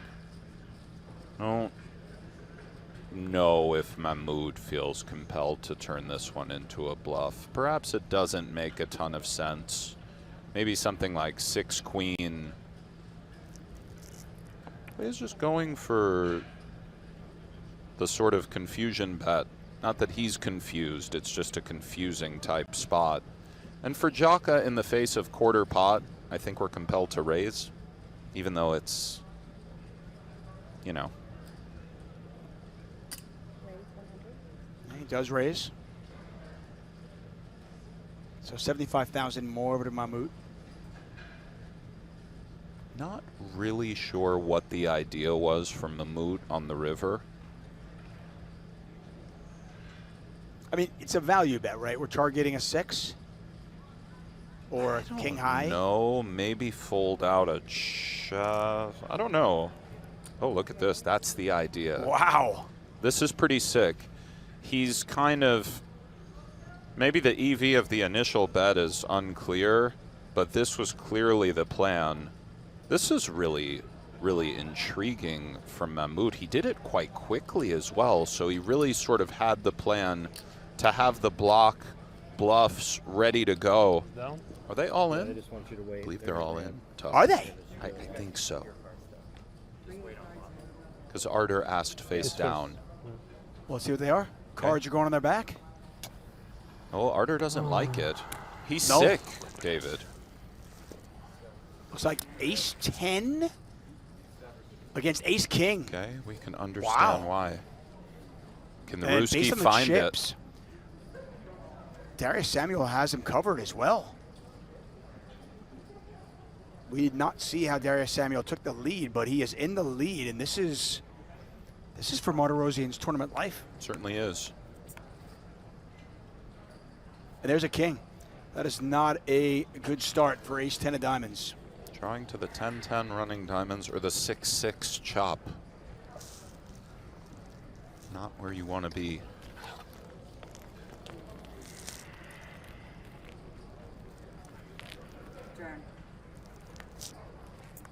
Oh, it's never easy to get this guy out of there at all. No. A pro move. He packed up the pillow. Yeah. Very veteran move. This would be a disgusting beat for Sammy. Martirosian standing up.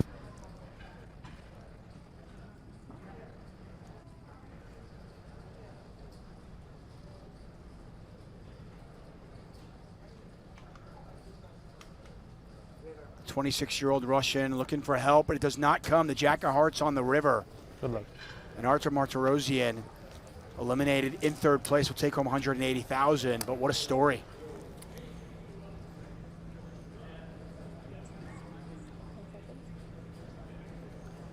Mahmoud, by the way, with the blinds moving up to 30,000, 60,000 on just 13 big blinds. He's all in. There's going to be a call. Good luck, Cards are on their gentlemen. back. Ace, Jack, King, Queen. King, Queen, Ace, Jack. Jack a 3-2 favorite to move into the finals. And the storybook Cinderella story for Mahmoud, turning a satellite into a top 4 finish. Is it just 5 cards away from ending, or can he find a way to find a king or a queen and survive?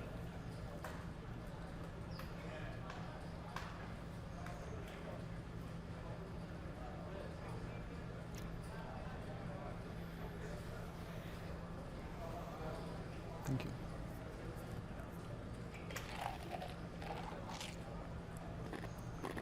Ten high flop. Not much for Mahmoud. So it's 23% equity. Pot is 1.6 million.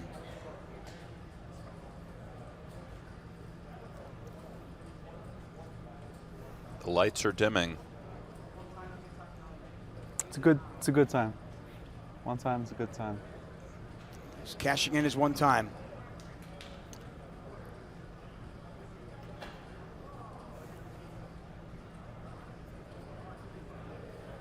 Three of clubs not going to help him, and Nikolai Mahmoud has been eliminated. He'll take home 180,000. Baby. I saw his video this morning on X or Twitter, whatever you call it these days, where he said, "I'm up early in the morning. I'm going to go to the gym, have a nice breakfast, All right. put a little work in." There it is. Yeah, I mean, he was here at the, here at the Horseshoe, Paris at 11:30, ready to play.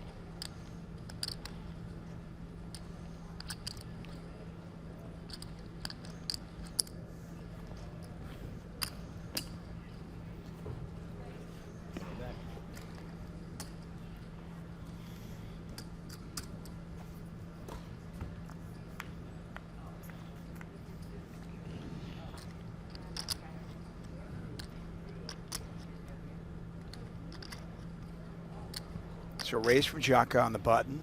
Samuel deciding just to call with the ace. Both players with a diamond in their hand. Jaka with the ace. 50.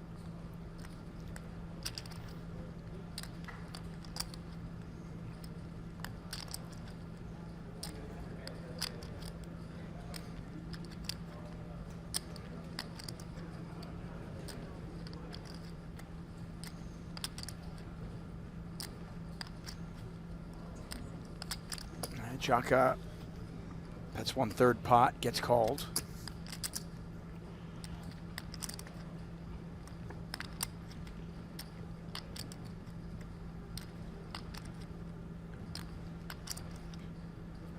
The 8 still plays. So Jaka technically with the best hand right now.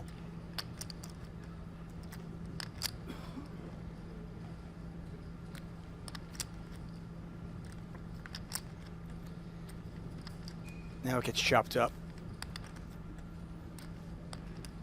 I would think if we're Samuel, we strongly consider bluffing.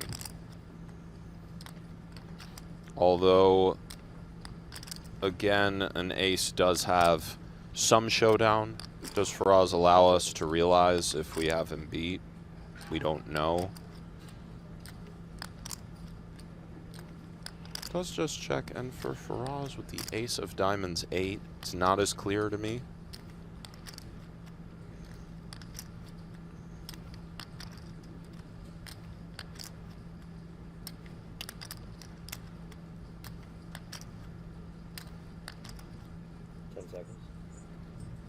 Chaka, gonna go for it. This is nice. Goes really big. 140% pot. And for Samuel with the ace of clubs, 7 of diamonds, he hasn't folded just yet.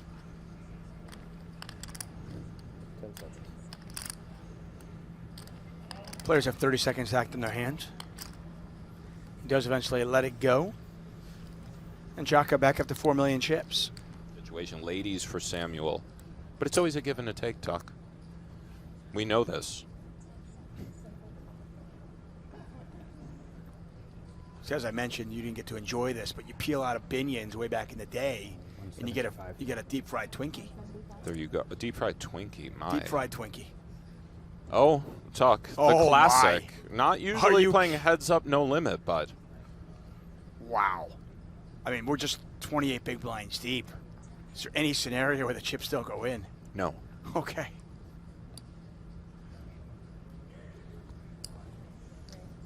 Don't go anywhere. This tournament could be over in just a minute or so. Or we've got a whole new match. Right about that, my friend.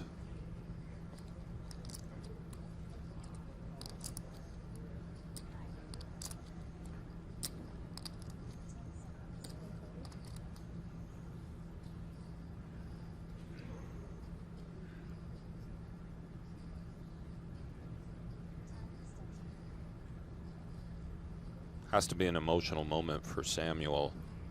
Of course, Faraz as well.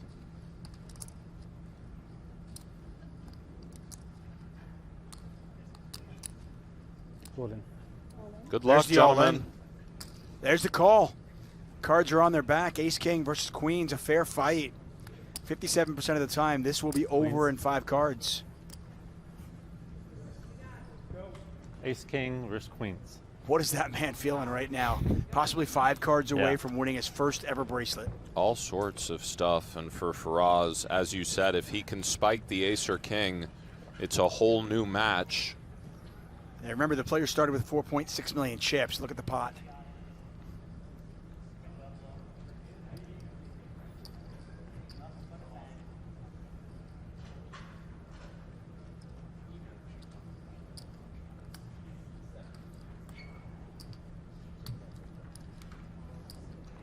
There's the ace. No waiting at all.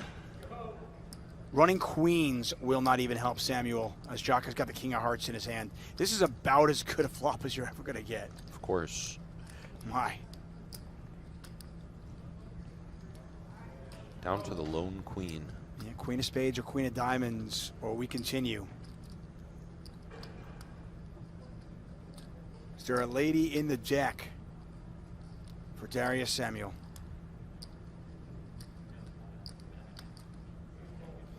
Not this time. 6 of clubs. A full double up. And an applause from the Jaka rail. And we are right back where we started from. 4.6 million each. Oh, look at this. Yeah? A 6 suited. Is it enough to call off 30? Perhaps not quite, although let's see. Sammy's shown a propensity to not be super jam happy. I don't know if Jaka knows that Samuel moved all in with ace-3 of diamonds earlier on. Not sure if he's getting the information or not. But we haven't seen too much of this from Samuel. Jaka considering it. He's a 3-2 favorite. He makes the call.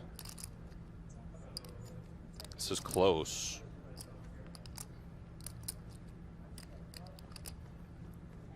He makes Does the call. put it in. Correct choice. And just like that, Tuck. Good call there. Not the easiest call to find against Sammy, in my opinion. Very nice. We got ace-6 of spades, got king-queen. And once again, Darius Samuel possibly 5 cards away from winning. This time, though, he's a dog. Ace-6 a of 3-2 spades versus dog. king-queen. This pot a lot bigger, 7.26 million in the middle. If Jaka wins, he'll be in control. If Samuel wins, it's over. There's an ace, there's a king and a queen. Wow. Too. That's cold. Still a 3-1 dog, but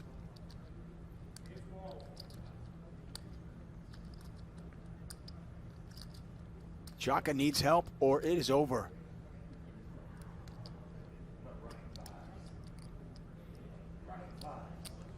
I'll take it however you give it to me.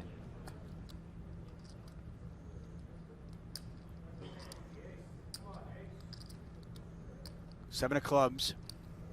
great card for Samuel, eliminating the 6 of clubs. Jaka with 7 outs. Any ace, any 7, any 6, provided it's not the 6 of clubs, as you mentioned. It's a 3 of hearts. And the 39-year-old businessman has just won his first ever World Series of Poker bracelet in one of the most prestigious events here at the World Series of Poker. Certainly has. Was a pleasure watching the sweats. Tremendous run for Faraz Jaka and for Darius. Thanks for the rail, everyone. Somali Samuel, congratulations, my friend. Unbelievable, Tuck.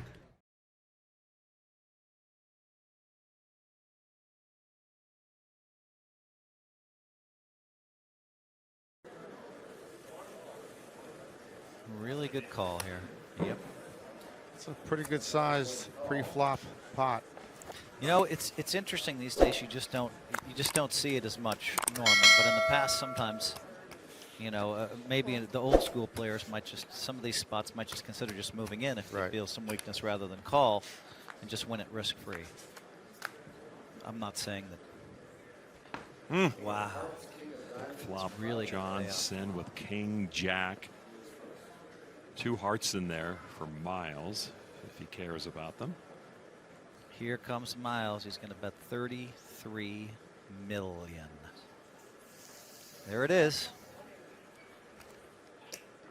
I said 32. It's 32. All right, you said 33. Dang it. Which is a great guess. I thought he said 34. No, Dang it. He said 33. He was close. Okay, I like the fact that he took his time with that call. And look at the pot. Miles knows that he called a big bet before with ace-9 of spades. Remember that? Yeah. The last time he went crazy bluffing. 1/3 of the chips on the table in play in the middle of the pot right now. Oh, brutal, brutal card. And now Miles hits his 8. Oh, that's the last card in the deck that Miles. All Tournament's in. over. Tournament is over. Johnson just has to say call. Johnson was so close 2 years ago. Promise, I am not slow rolling you. I just really don't know. It's late. That's right. That's right. We It's don't a have big problem. decision. Yep. I don't have ace king. It's almost all of his chips, obviously. If he called here and lost, he'd be down to less than 10 big blinds. I'm just saying the professionals would think it's a slow roll. Oh, I Am understand. I allowed to talk about my hand? Yeah, because he's all in. Okay. He just can't answer you. Right. Yeah. No, I'm not trying to get a read or anything. I don't think I can fold. Because I was just gonna say I didn't call with ace king or king queen, but I did call at this with. point, he can't open the action. Yeah. So yes, you can discuss this hand. He just cannot answer any questions from you. But I did call with king jack pre-flop. And I'm wondering if it was a mistake. Tony Miles knows. Miles is sick. He's sick to his I can stomach. fold. He knows he's getting called, and he knows he just lost the World Series of Poker, bluffing it off with the old Queen 8. Pretty unlucky turn card, but he knows it's over.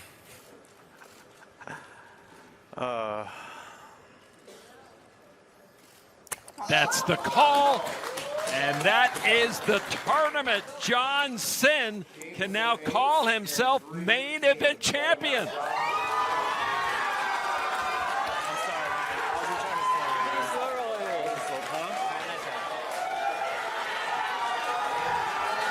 One bluff too many for Tony Miles. John Chen has done it. You're in the analyzing business, aren't you? Psychiatrist. Yeah. You analyze this? Analyze this. Analyze this. I have to analyze it myself sometimes. I wonder if there's a copay for analyzing your own cards. Marcel's got King Jack unsuited. 2 bets. One for me and one for the Sharks. And Marcel will bet 32,000 chips with the blinds at 8 and 16,000 now. And now trying to induce Julian Gardner to put all his chips in. Make it look like a wave. You said you'd only raise with aces. But I might lie. I had a deal with myself. After the break, I'm going to take all the chips from the table. And I have no doubts about it. All of them. I'm going to take the sweet stack, the nice stack, the blue stack, the yellow stack. The colors who are not even there, I'm going to take them. Lon, if you're going to get beat, you want to get beat by someone like Marcel. It would be a pleasure to give him my chips. Now the 2 queens of Harry Dimitriou. How much is it? How do you mean, how much is it? 32. Don't be cheeky. Put something in there. Marcel and Harry, friendly rivals from many games in Europe. I'll raise. Yes, raise it. How much? Harry seems to have learned to be able to tune out Marcel and make the right decisions. 100? 100,000 more. With what? With what? This guy would raise 100,000. With a better hand than yours, Marcel. Marcel will call the 100 grand. Call the 100,000. And a check blind. Checking blind's a nice change-it-up strategy. It often confuses or upsets your opponent. Now the flop comes King 3-3. Marcel with a pair of kings. And remember, he had checked before the flop came out, and Dimitriou checks behind him. Now the turn card. The 8 of hearts means only that Dimitriou is running out of chances. Marcel looks like he's going to act. I don't trust him. Hey, look in the mirror, pal. You don't trust him. Well, Harry's going to come back, it looks like. Harry Dimitriou puts out 225,000 chips. 225? I still don't trust him. This would be a big decision for Marcel. To call it would leave him with less than 200,000 chips. Call. And Marcel's going to call it. Got a big pot here at the feature table. Now remember the song. Give a little bit. Give a little bit of your chips to me.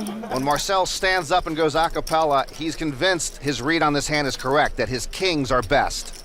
And now the river card is a 9, and once again, Marcel's read was perfect. The check mark shows he's got the hand won if he doesn't fold. Just in case I'm scared he's not going to bet it.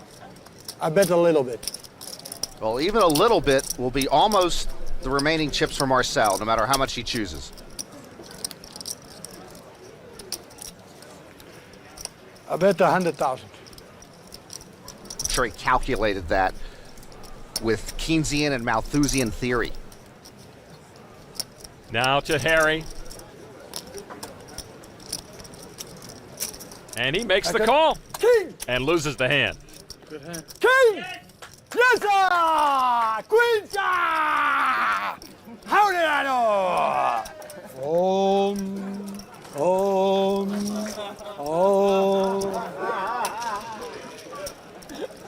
I made him. Give it to me, don't give it to everybody. To me. Harry lost about half his stack on that hand. Has anybody ever told you you're crazy? Oh, there's a doctor in the house. Maybe he could use a professional opinion. Johnny Chan checks his whole cards. 1 queen. There are the queens again. Hand we talked about earlier. Give me the look, don't do it. He loves queens. He's won a lot of pots with them. Phil Lock in full Unabomber mode now.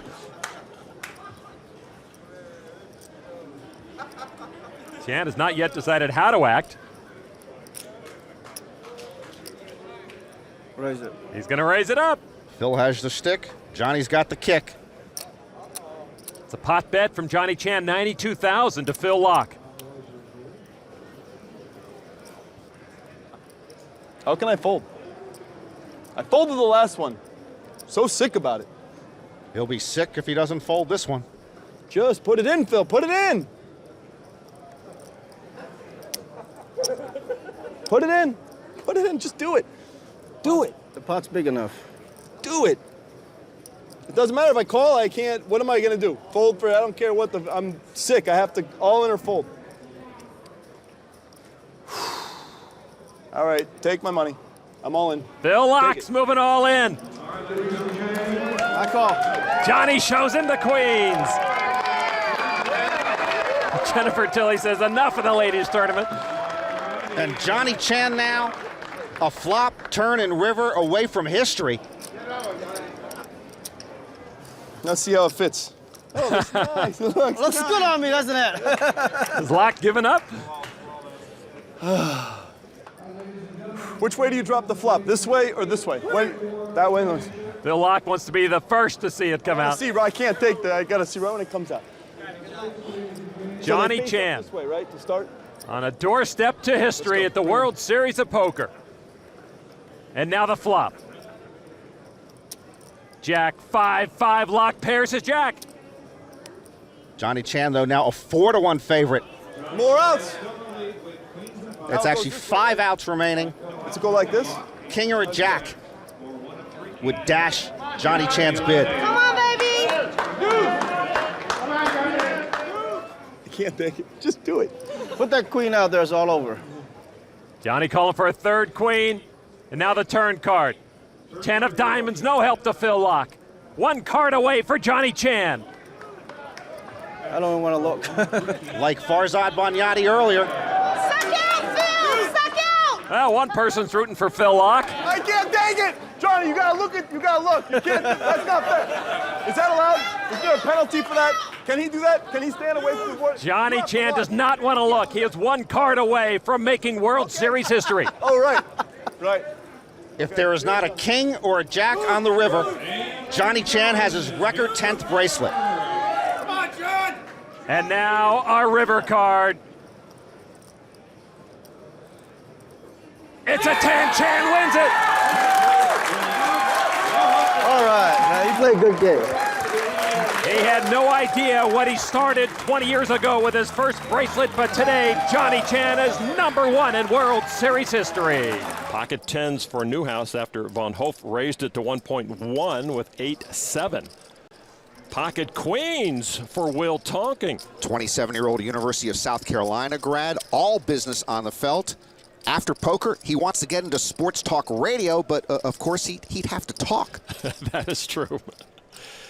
With the pocket queens, those are more than just calling chips. A good opportunity for him here. A re-raise to $3,750,000 from Tonking.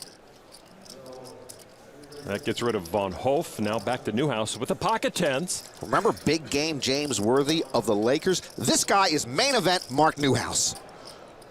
Newhouse, who plays a lot in LA, near the fabulous Forum where Worthy made his name, does come along. How much did you start with, Mark? 22. Okay. 22 million, that's 44 big blinds. There's the flop. Deuce 4 jack. The queens are still best.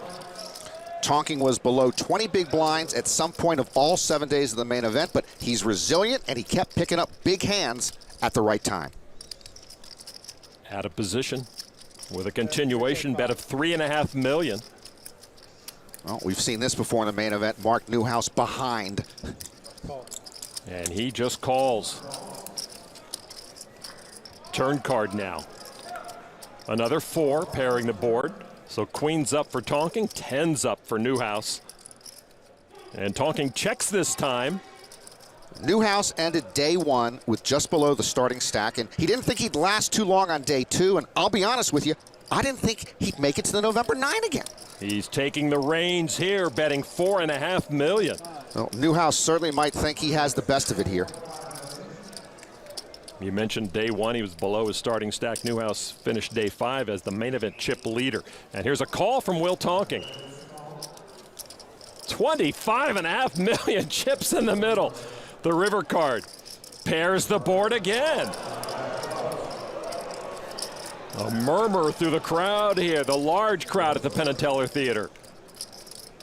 Talking, checks once more. Newhouse now.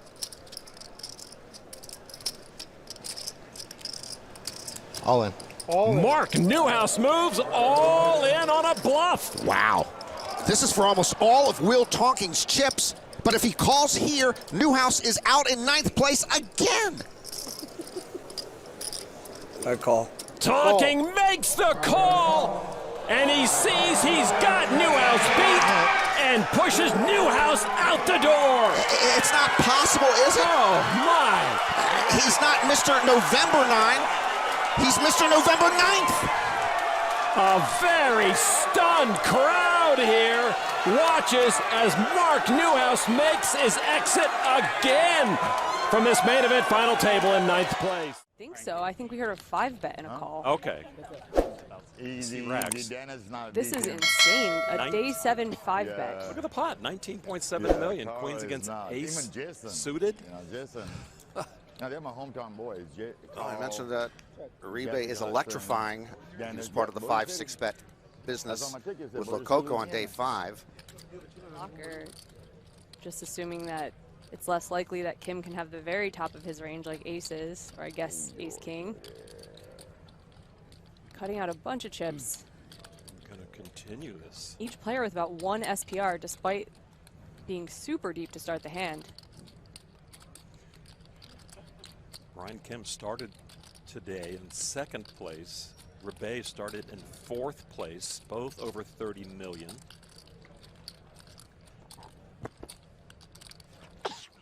Elbow to elbow and clashing here early on day 7 in a massive pot.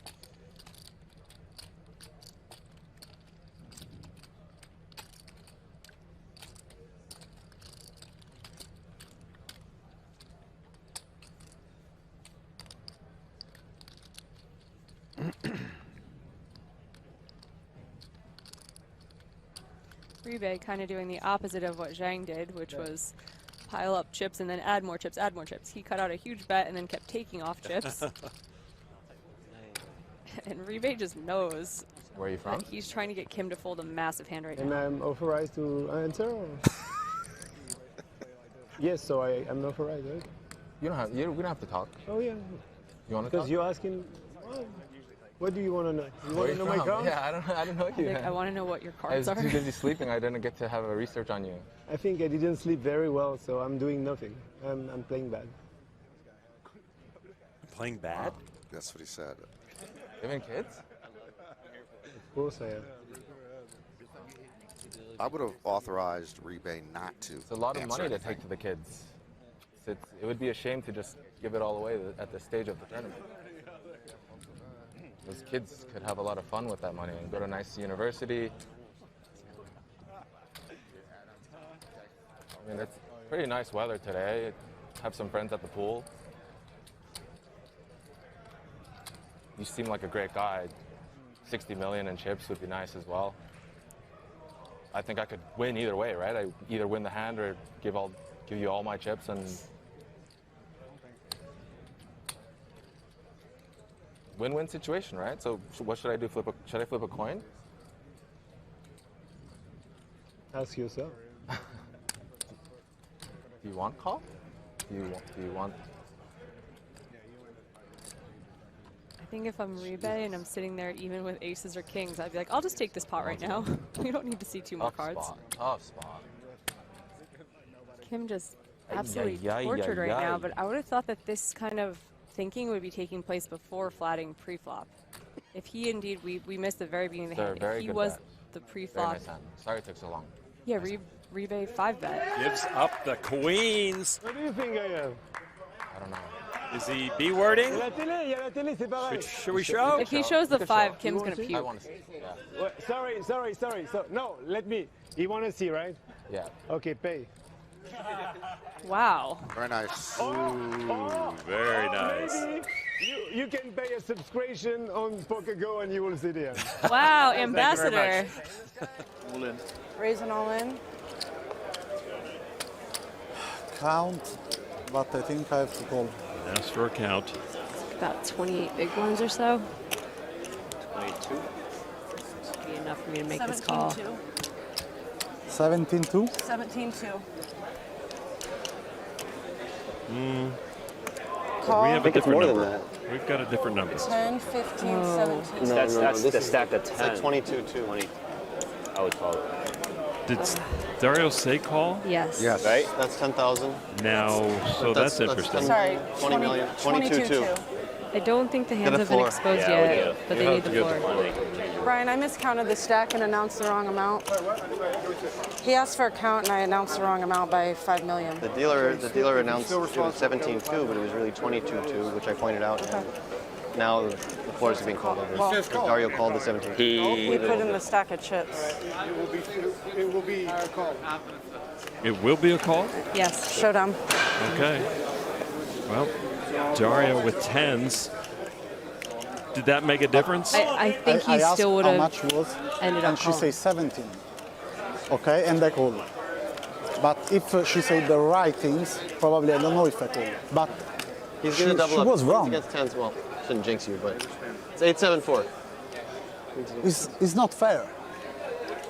It's not my fault. It's no sense. Because I call 20 bigs, but I can't call 30 bigs. Of course. I have to think probably I can fold this end. I don't know if I fold. I wanna be honest. Okay. Sometimes I fold, sometimes I call. But this is not fair, guys. Play.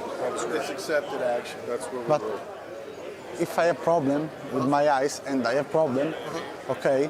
I mean, we're welcome to It's get not. back It's down not here. my fault. I understand, but it's still a game of observation. The chips are out there. Heads up, you acknowledge a call. No. I mean, I'm more than welcome to get Jack down here for you. Not a problem. I'll call it. You guys rolled accepted action. We both, he rolled it, I came behind, I rolled it. You're rolling it also. It's something crazy. And also, they don't give me the time before put the fucking flop. She put, no, but she already in because it was 17. She said 17, I said, okay. And she said, and he said, no, but it's not 17. You'd already made the call. See, it's 23. You're more than welcome.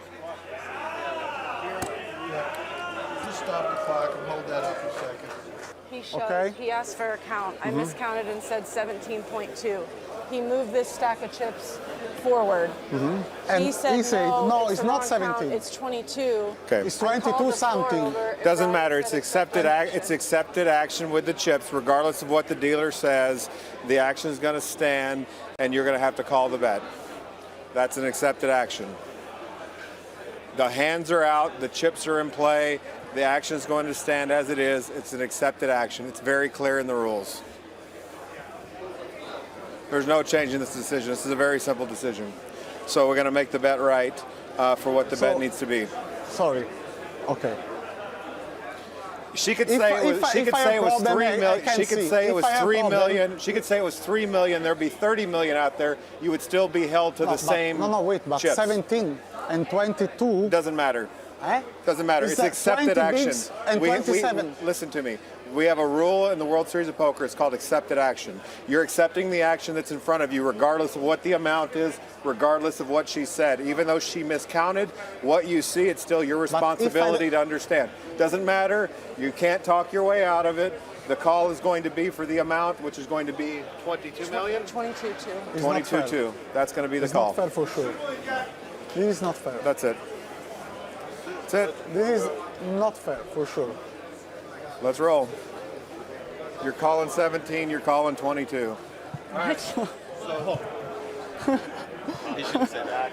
That's not true, Jack. He really said this? Yeah, he just said that. He said this? I call 17, I call 22? Yeah, that's ridiculous. Oh my God, guys. That's ridiculous. Oh my God. But the rule is fairly clear, I don't think it's fair. and we'll go over it again a little later. Can we please just run out of 5 on this river, 5 would be a please? fair result.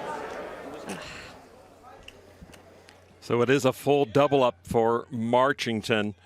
The full 22 plus. A very unfortunate sequence of events. He cannot help himself. Awesome. Rigby refers to the 3-deuce off as the dirty diaper. You have 10-4 again? And I don't think he's ever folded it pre-flop.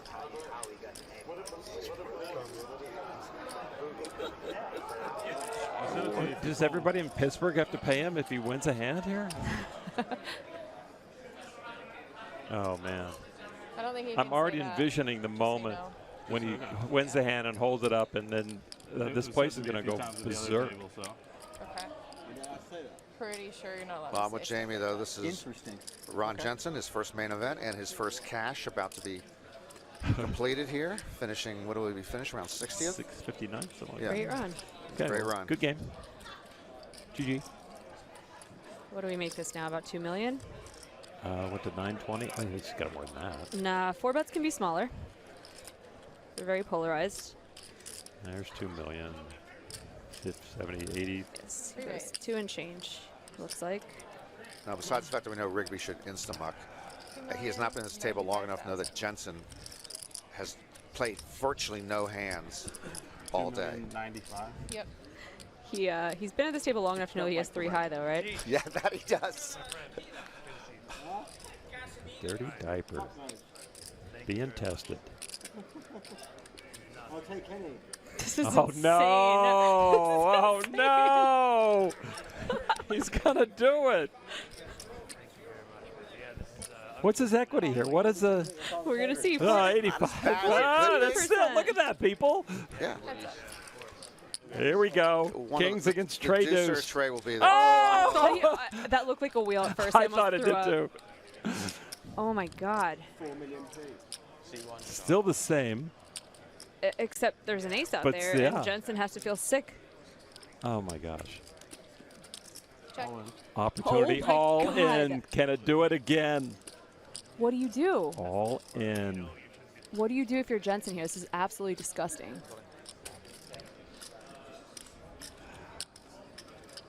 Oh, God. Oh, he got through. The pain. And he showed. Of course he showed. Oh. Back to the feature we go. 6s and 4s out there, a 5-way affair. Section mesh with quads, and Lou with quads, Ali. If you folded everybody. Oh, no. How has this happened here? Bringing us up to speed. DeStefano opened to 11-5 pre. Goodbye. Flatted with the king-queen suited. Benson flatted with the ace-10 suited. Sechemish from the small along for the ride. Chang Lu as well. Everybody checked the 6-4-4 flop, which was full house against quads for Lu. You hate to Everybody watch checked the something like turn. this. You just hate to see something like this. Good game, sir. Pure permafrost. I like the people. Very Yeah. south of the earth. Snap call, and boys, get a look at the coldest of all decks. Wow. Shift quads. Yeah, that's Yeah. exactly what happened. Shift fours. Quad force. Oh, my God. Oh my God. Wow. Wow. I said 6s. Didn't I say 6s, Chris?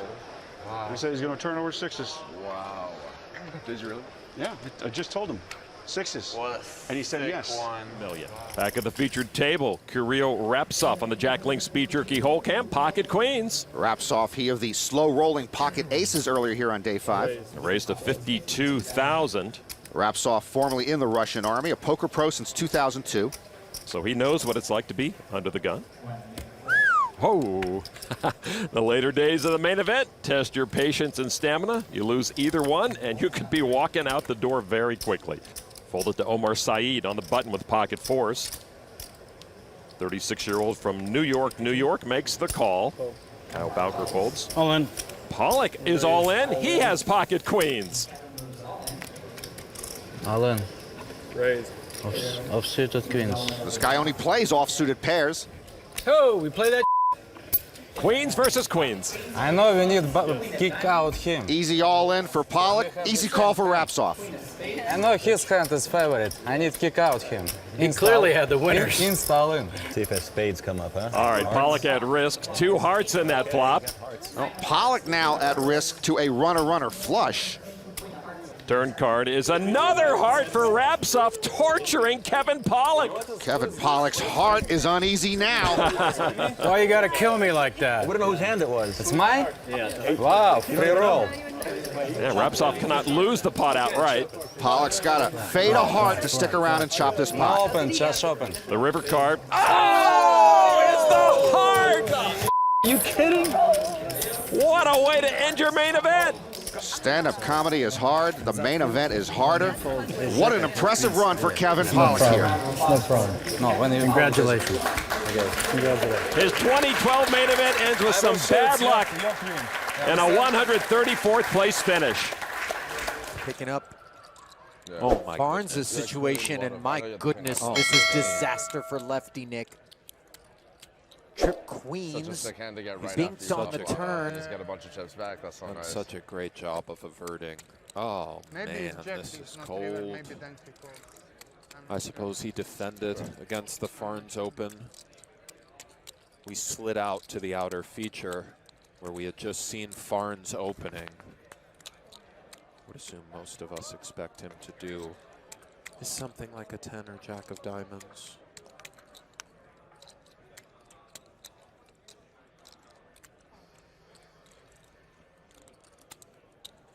$19.6 in the middle. Oh. Indeed, Farns does flat. Now the deuce on the river. Not sure, Ollie.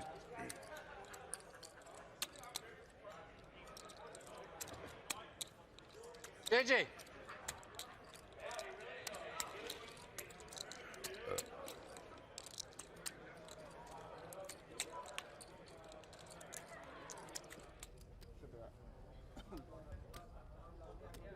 Thank you all so much for your patience. We had to replace a thing or two, but hey, the action is alive. We are on a bit of a longer delay because we took a bit of a longer break, but let me tell you this, no more breaks the rest of the night. We're going to cut out all the breaks. We're going to just get you through this, and let's go and find out who wins this $800 Deep Stack event. Thank you all so much for sticking around. It's going to be a lot of fun to see and find out who wins this thing. Still 8 players. We have not missed a single elimination. We did see it all in just before we went on that little break. But as you guys could see, Machado survived that one by a fortunate river card. If you're just tuning in for the very first time, my name is Remko Rinkema.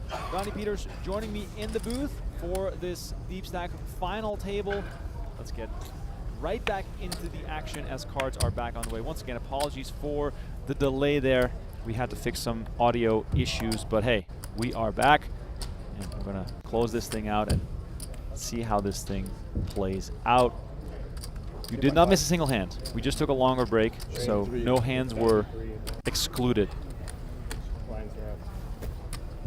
Blinds are indeed up. 1 million and 1.5 million, and a 1.5 million big one ante, so massive stakes right now. The final 8 are guaranteed $41,000, and up top, that whopping prize of $342,000. Allen makes it 3 million.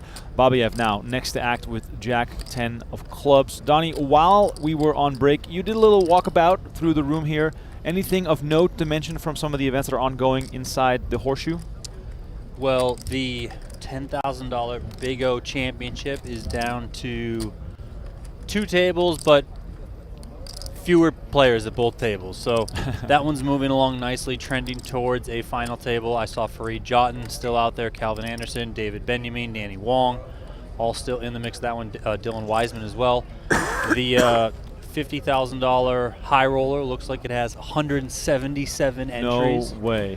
Yeah, so that one, 124 entries last year. So very nice uptick. Did see Daniel Negreanu still out there. Did not see Phil Ivey anymore.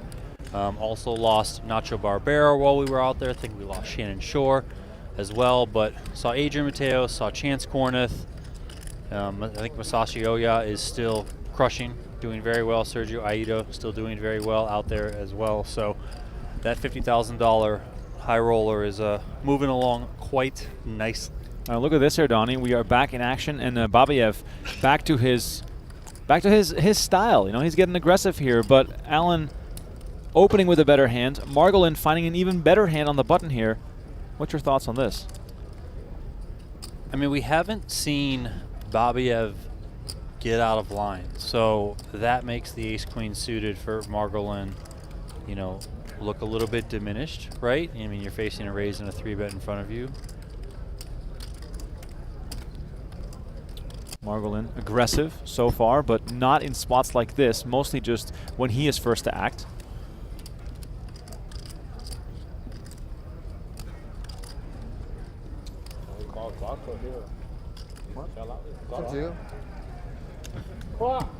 More clock discussion. Here we go. Adam Hendrix looking to move this thing along. Turbo tournament. It's a turbo tournament. They want to call clock. Where's Bob? And there it is. Margolin not even waiting for the 60-second countdown. He gets involved here, signaling immediately to the other players that he wasn't just stalling for time. He was actually trying to figure out what to do here. And Donnie, this looks to be like perfect timing. Yeah, I mean, this is going to work, right? I mean, the King-Jack is going to get out of the way for sure. The Jack-10 as well. Wow! Oh! Wow! Rio Vallejo folds Ace-King offsuit. The graphics only just caught it because, Donnie, that was like a snap fold. How can you fold Ace-King? I mean, he started out the final table. He had those 2 Ace-Queen offs, right? I mean, those were kind of more understandable folds. That one seems a little tight. I mean, it's tricky. I mean, he does now, after he doubled up with those aces, he has not the biggest stack, but, you know, he's out of that sub-10 big blind territory. So that is tricky. I don't know. That's a tough spot. Wow, Ace-King into the muck. Margolin gets away with one with Ace-Queen of spades. He is our second biggest earner at this table, $2.2 million in career tournament earnings, $1.3 million of which came at the World Series of Poker. He is a 2-time World Series of Poker bracelet winner, taking down the monster stack in Europe back in 2018, and also that same year winning the 2.5K No Limit event in Las Vegas.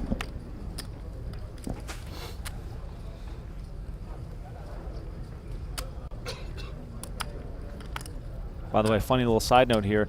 Margolin wearing the bucket hat with avocados on it. You know what his online screen name is? Mr. Avocado. Avocado Love. There you go. Raise to 3.1. Margolin, a big fan of the healthy fats here as we go back to the action. Alan raising it up with Ace-8 of spades. They're right back to work for Alan.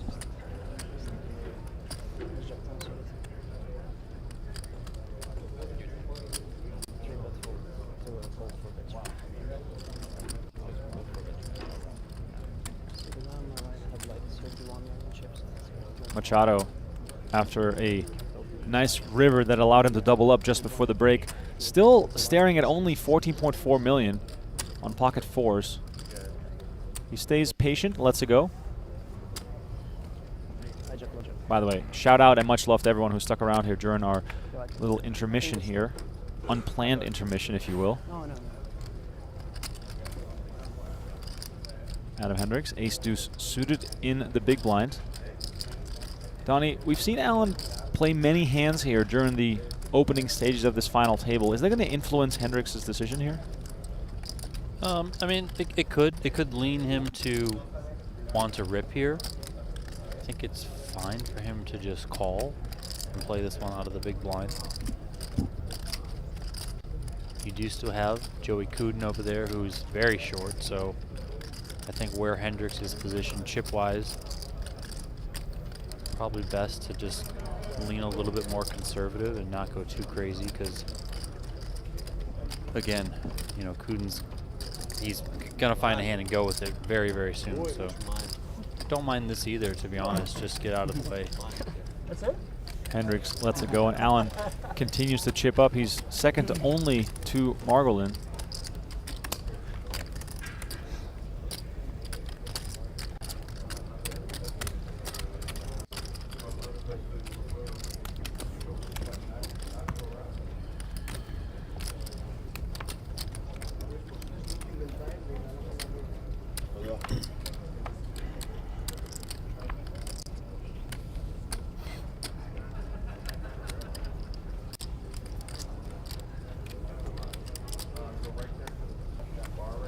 stacks aren't very deep, so if you're tuning into this hoping for some big all-ins, you came to the right place, because these players are going to have to make some moves really soon. As you can see, the big blind is 1.5 million. I count a 1, a 2, a 3, a 4 stacks that are 10 big blinds or fewer.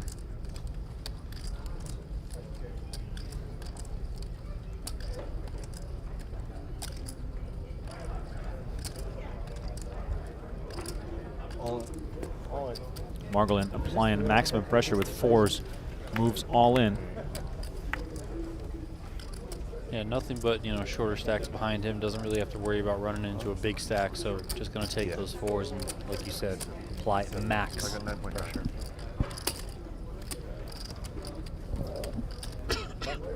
Yeah.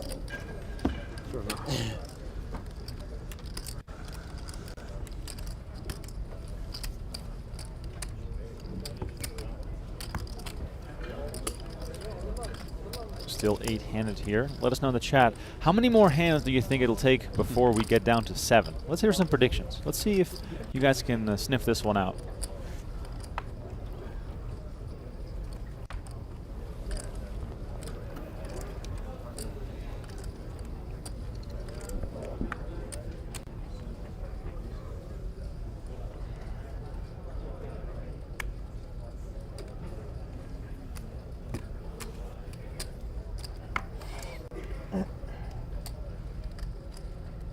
Dimitri chiming in saying 10 hands maximum. Mike says 8 hands. 3 million. A lot of people in the 10 to 15 range so far. Michael says 3 more hands. Okay, we're on the countdown here. Margolin continues to apply pressure. Not really much you can do, Donnie, to play back at someone who's being aggressive with this many short stacks at the table. No, certainly not. I mean, it's just going to come down to finding a hand, really.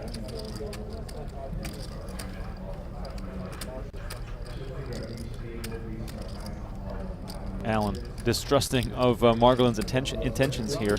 Behind. Blue. 2 blue stacks. Donnie, Alan to me seems very sort of in tune with this final table so far. Yeah, no, he definitely does. Here he's going to make the call.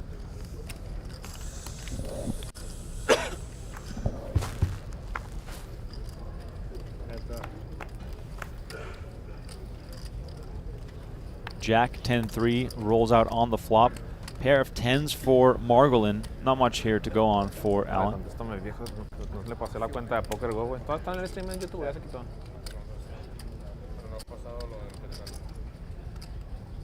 No, está bien. Pero sigue en YouTube. Okay. No, está bien. Es que, pero... Donnie, if you're Margolin here, are you always looking to continue? I mean, I lean continue, maybe not always, but if you can find it, just bet here. We have enough of that board. 9 of hearts kind of connects well, you know, flush draw, straight draw, of course back door, but still working well there.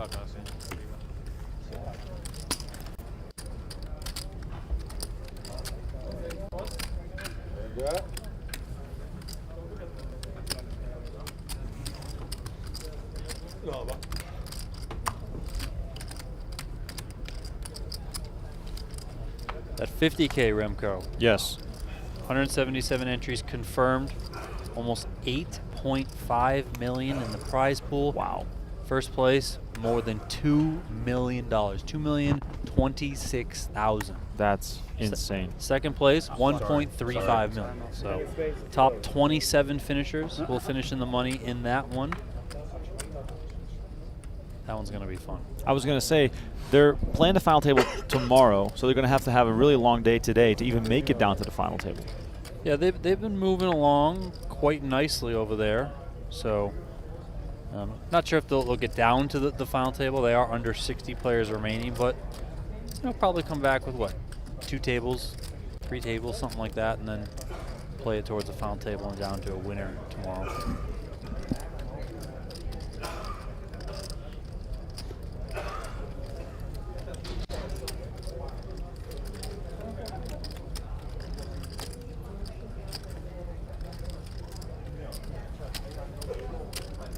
Margolin raising every single hand since we've returned.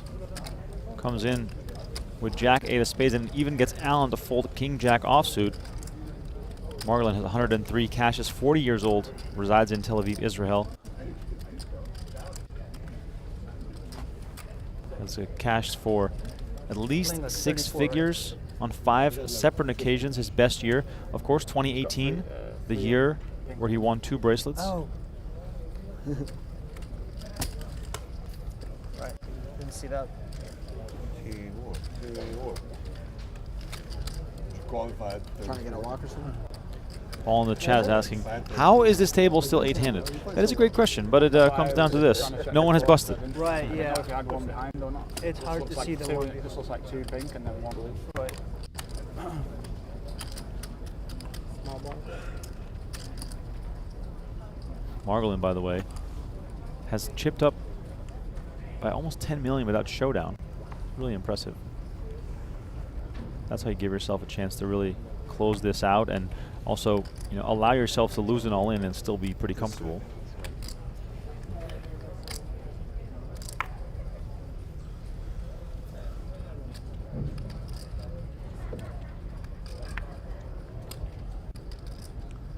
What are we looking for? 7 blinds over the gun. 8-handed. Adam Hendrix here, Donnie, with a bit of a shove spot from the looks of it.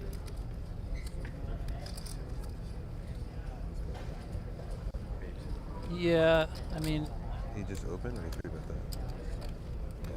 Yeah, I was going to say, he might do one of those things he did earlier.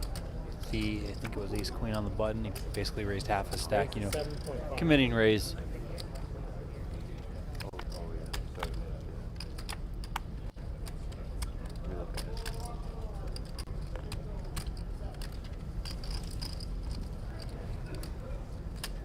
$7.5 million from Hendrix, 9 million behind. Allen here looking down at ace 10 on the button. 16.5 to start. Allen lets it go. And the players continue to sort of dance around each other. We're just waiting for that big clash.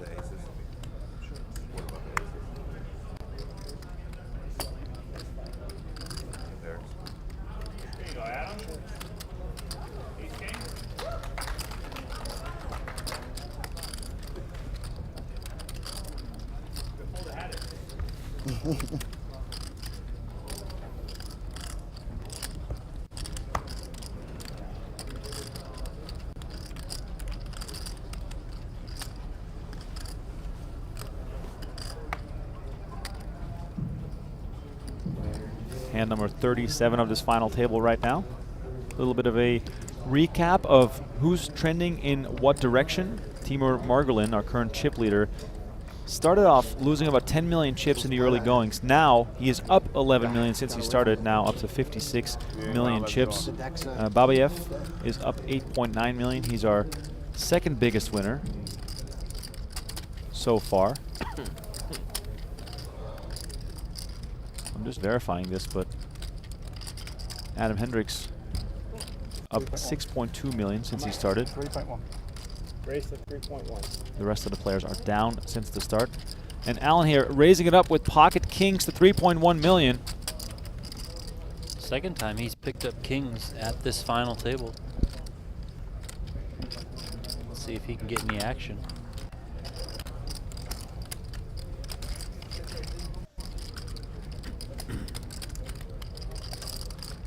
Likely no, given that it folds over to Margolin. He's got 9 deuce off in the big blind.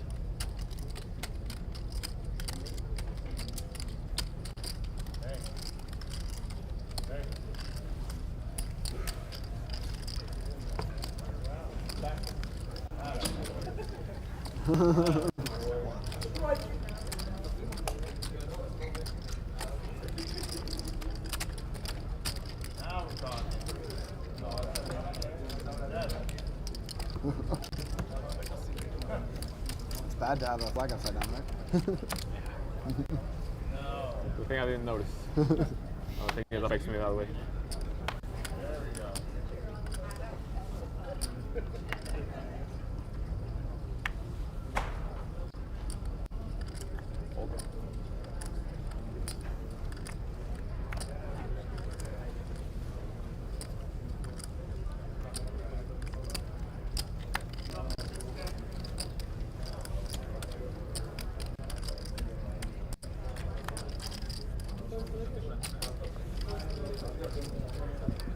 Machado, 7-6 of spades on the button. He lets it go on only 10 million chips. You kind of want to be a little more careful here in this situation, and a few more folds could actually get you a nice little pay jump, and that's what everybody is thinking about right now. And Margolin continues to apply that pressure. Of course, King-Jack of clubs, a very, very strong hand. Shoves onto Couden's button, and he gets it through.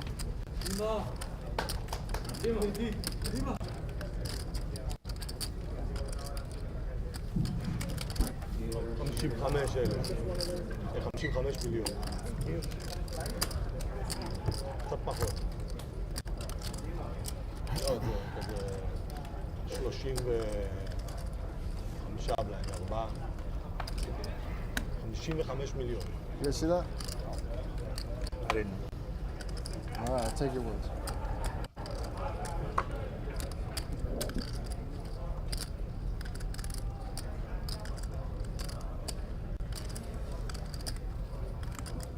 Adam Hendrix, 10-7 offsuit, probably Wish you guys saw it. eager to get involved, but he's handcuffed, of course, especially with Margolin having such a big chip lead. I got you.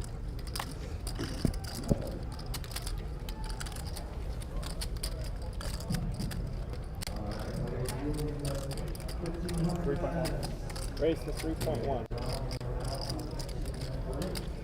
Michael Allen, Mike to strike, 3.1 million to King Queen offsuit. He's going to get involved.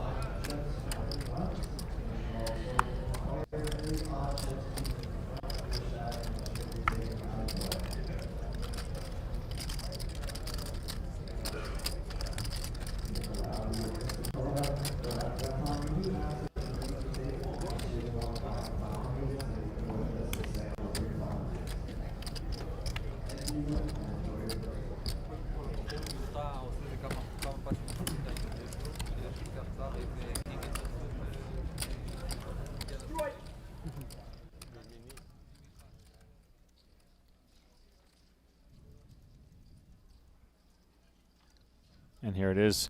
PokerGo's newest plan is now available.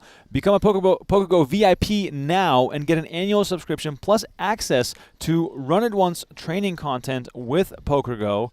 Go check it out right now. PokerGo.com. Join now or upgrade today.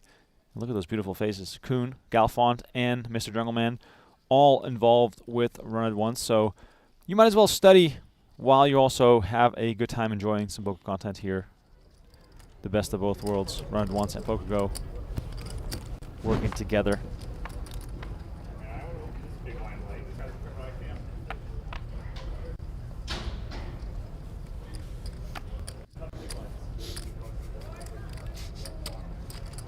With a nice hoodie too. What's that? I'm saying with a nice hoodie too. Oh, thanks.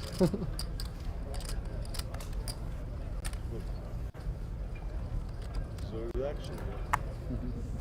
Here we go.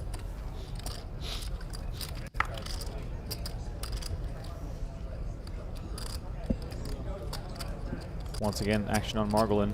9-3 offsuit. Looks like he's just going to keep applying that pressure until someone does something to fight back.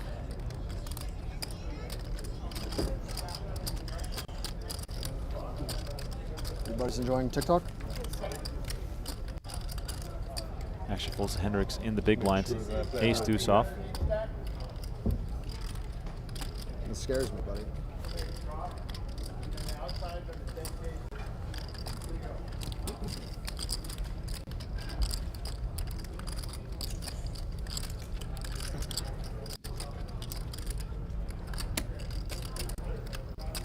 And look at this.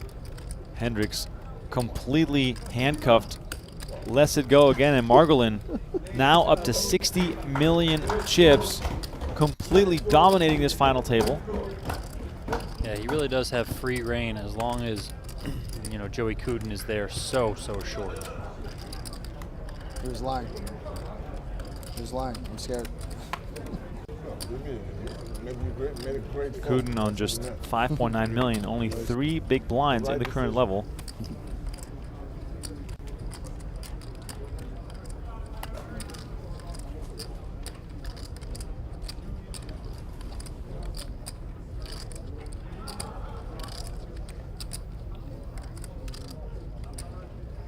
reduces me though. It just reduces me though.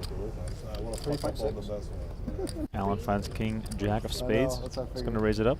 Figure I'm just quiet to you now, like maybe no target. Yeah, it's like nobody would talk to Jordan.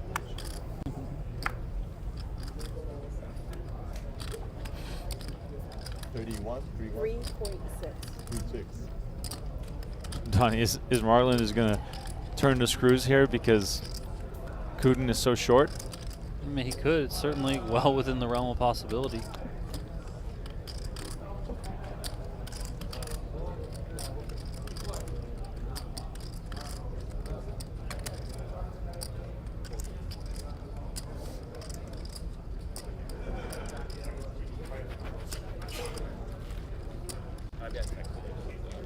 Nah. Margolin considered it, but decided to let it go. And if you're Couden here on 3 bigs, I mean, I guess I spoke too quickly here. Doesn't have any interest in getting involved here. Huh? Now that Couden has paid the blinds, he's going to have a whole orbit to figure out how to get back into this thing. Thank you. I need it. Sure, they will. My bad. I have that. That was the chance when I get it. And another one. 5 points. I was getting a like a big chip. 4 blinds. Adam Hendrix, ace, deuce of clubs I do. in the small blind. Still has the short stack of Uvila to his direct left. What is it? Yeah, I'll take one. No, I think people are way wider. Hendrix than, seems like, frustrated that he just can't get involved here. Sometimes poker is boring, you know, you got to be really patient. Huh?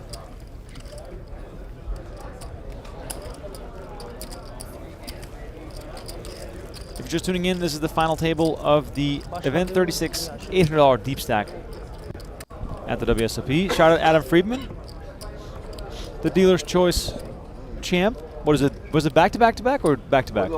Three in a row. There it is. 1 million? One of the best mixed game players in the universe.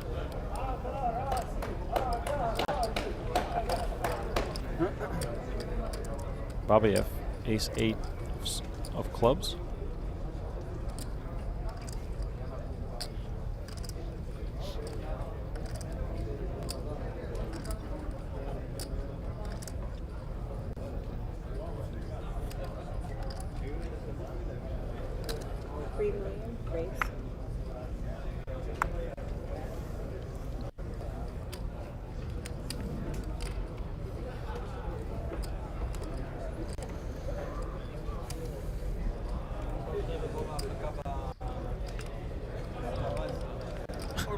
The third straight time Hendrix gets a hand that he can consider doing something with, but for the third straight time he probably can't.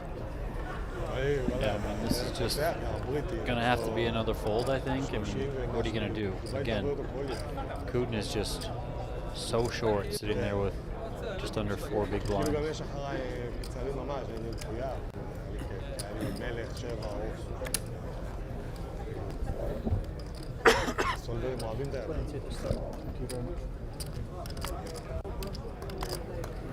Getting the dumbest hands back to fold. Chips are being passed around without much excitement these last few hands, but feels as though we're sitting on a ticking time bomb, Donnie. Yeah, definitely the calm before the storm. I mean, oh! Wow, we got the wave! We got the wave, baby! Oh, come on, guys, you got to work on your wave timing.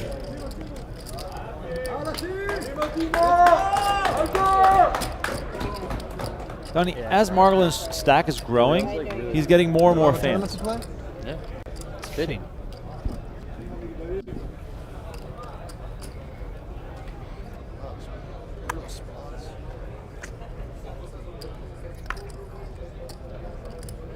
Hand number 43.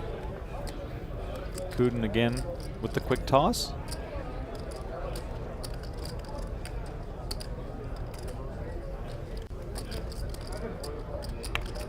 Hi, King.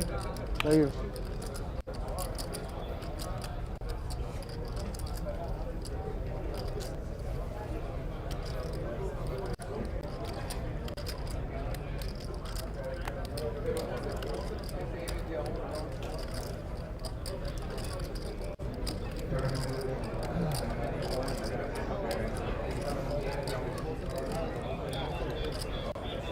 Alan's going to go on the offensive here. 2 million big blind. Attack Babayev's big blind. He's going to happily let that one go with all the short stacks still around. That's right. Cricket, man. What's this? To be honest, Leo, one of my mates gave him a nickname when we were playing bowling. I was like getting strikes every time. He just said Mike the Strikes. What were you playing? One game? Bowling. Bowling. 10-pin bowling. Yeah. So bowling. There it is, a little explainer on the Mike the Strike nickname, and as I expected, Donnie, related to bowling. Yeah. There you go.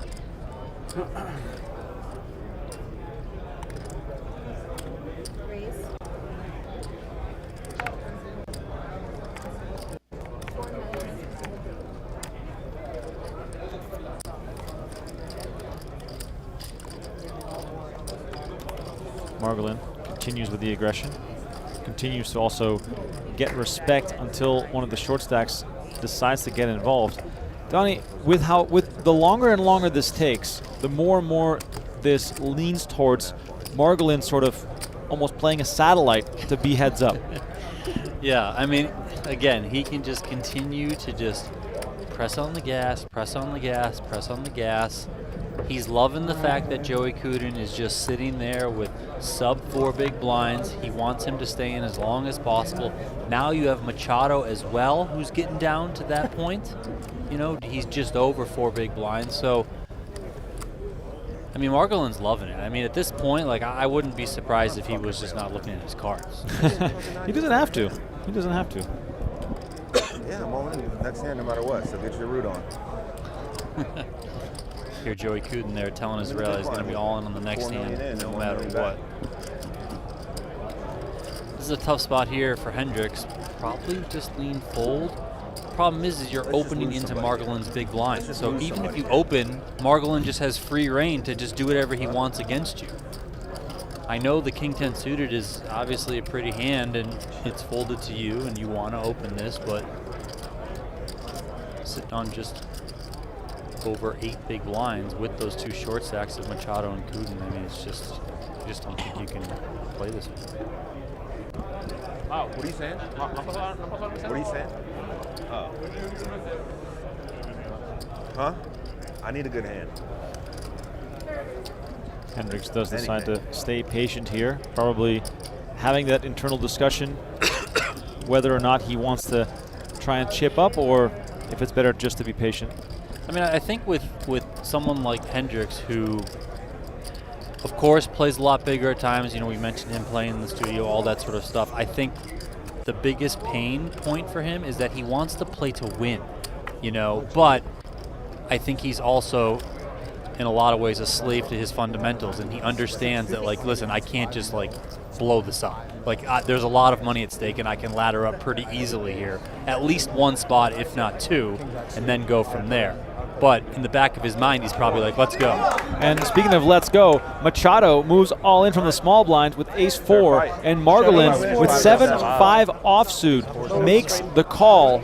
Blinds are also up, by the way. We're playing 1 million, 2 million with the 2 million big blind ante. Look at the math here. Margolin only had to call, what, 2.5 additional big blinds? This was a very, very small shove from Machado, and Couden is probably the most interested in this hand on it. 6-4-3. Yeah, he's you know, staring that pay jump right in the face, and in a great spot too because under the gun. Here comes the flop. 10-8-7. Machado in deep trouble as Margolin hits a 7. An ace and an ace only will turn things around here. Turn card is the 3 of hearts. Machado down to his final card. If this river is not an ace, we'll be down to our final 7. And there it is, Vaughan Machado eliminated in 8th place. He's going to collect $41,597, and we are down to the final 7 with, on this very next hand, another very short player in the blinds. Yeah, Joey Couden's going to post the big blind ante and the big blind, very likely be all in on this hand. But he did secure a pay jump. not really much you can do there if you're Machado. I mean, find an ace like that, folds to you in the small blind, just take your shot against the big stack. Couden already saying his goodbyes. I'm not going to look until I call. Oh, he's going to be all in blind. He says he's not going to look until he calls. We can see the cards because he puts them on the reader. It really hasn't been there at all. It's got to be there this time. Do theory, right? Max Hagens. Here we are. Couden has very little chips behind after investing $4 million for the big blind and the ante. 1.9 million left behind, and he's trying to talk players out of showing aggression here. And Margolin might do it without looking himself, and Dude, I'm gonna call floor for you. he actually finds a hand.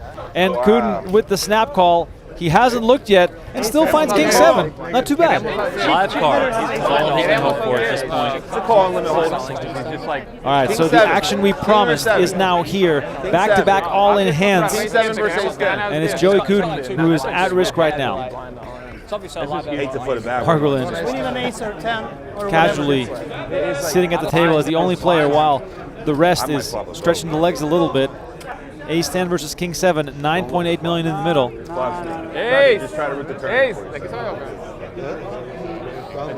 Couden looking for a king or a 7 as both of his suits are covered. And it is King 7 deuce. Wow. Get some hope on the turn. Couden 92% to double up here. Running hearts would ruin his day. King 7X. Running Broadway also options here for Margolin. Turn card coming. It is the 8 of diamonds, and that is it. Joey Couden gets a double up, Donnie, after being all in blind. Yeah, and Uvila over there with his 5.6 million. Not liking that. Not liking that at all. He wanted to see Couden hit the rail and secure another $16,000 pay jump, but Couden fights on.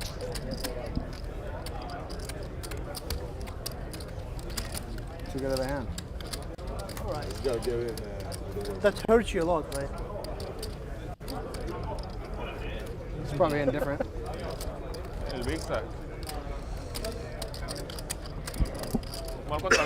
If he really wanted to, Couden could sit back for a few hands now, as Uvila is going to basically be all in on his big blind in only 2 hands. Yeah, pressure right now. I mean, Rio is in the big blind. He doesn't have that many chips. He's got to post 4 million of his 11.1 million, so not an ideal spot there. As you mentioned, Uvila, he's got 2 hands now to figure something out before his money goes in. Now, basically, if you're anyone else at the table, you're probably just folding over to Margolin. He's going to raise anything, probably just jam here. I mean, it's free money for him.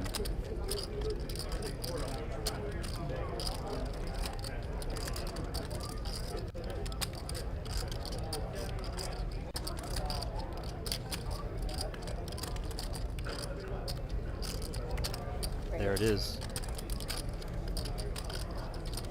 Margolin applying the pressure. Ooh, judging by the look on his face. First one was good. Oh, it was just one good card. King 3 into the muck here. Margolin takes it down.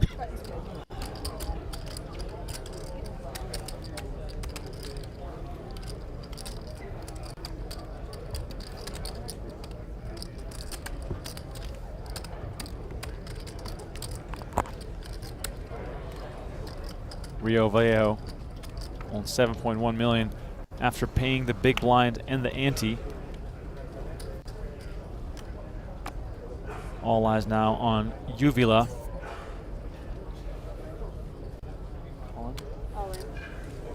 Moves all in with the Queen 8 offsuit. It's only a little more than, or sorry, a little less than 3 big blinds here. What did he free bet me with when I had the kings? 3 jack off. So it's going wild then. Babayev, ace 7 offsuit. Seems interested. 5.6. I'm chilling, I'm sucking 40 mil. Donnie, there's not even that many big blinds in play in total.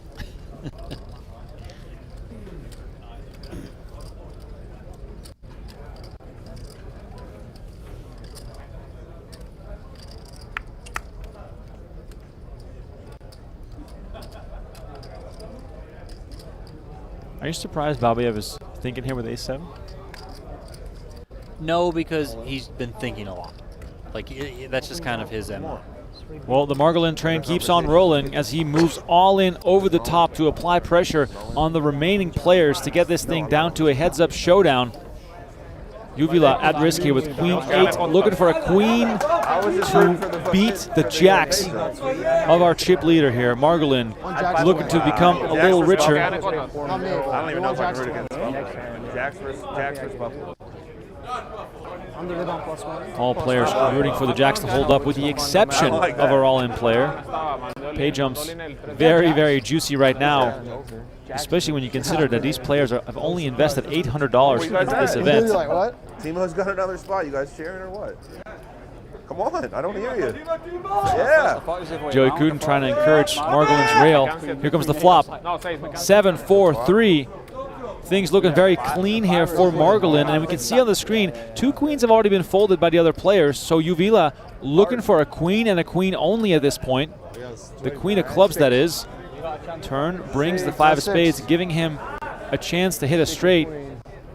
The problem being, most of those cards have also been folded, so horrible situation for Uvila as the river brings the deuce of spades, and Uvila is our next player to get eliminated. Cole Uvila, the former Major League prospect, hits the rail in 7th place, collects $54,000 for his efforts, and we are down to the final 6, who are all guaranteed $70,000. I think only these guys can play post-flop.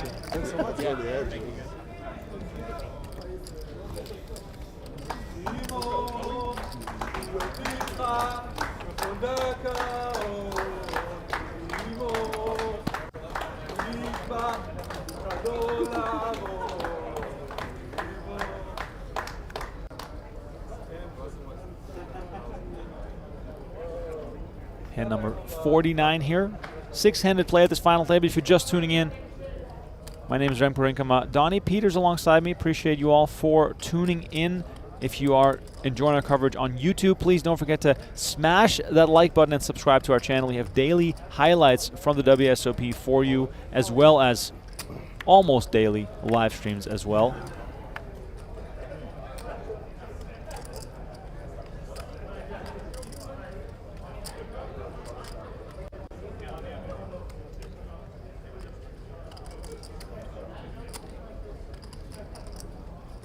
Margolin moving all in, applying that pressure again.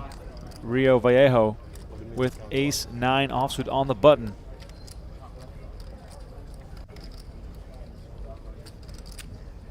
Donnie, this is a situation where you're thinking of Joey Couden for the most part, right? Yeah, but I mean, Joey Couden's got, 2.7 more, so I think I would go with this one here. I mean, it's going to be hard to. It's going to be hard to really find any spots, and ace-9 is a pretty good hand. Margolin happens to find a pair here, so you are behind. Yeah, let's hear it. All right, Margolin keeps on shoving. Let's see if he keeps on getting it done as Rio Vallejo from Mexico is all in for his tournament life with 17.2 million chips in the middle. Looking for an ace or a 9 or some sort of straight or flush. Does have both of Margolin's cards dominated as far as the flush goes. Big all-in showdown here. Joey Couden, again, the most excited spectator. He could ladder up again. Here comes the flop. Queen 4-10. Hearts. Jack of hearts. Club. Jack of hearts. Vallejo rooting for an improved sweat with the Jack of hearts. An ace or a 9, however, would give him the lead right away. It is the king of clubs, and it does add some outs.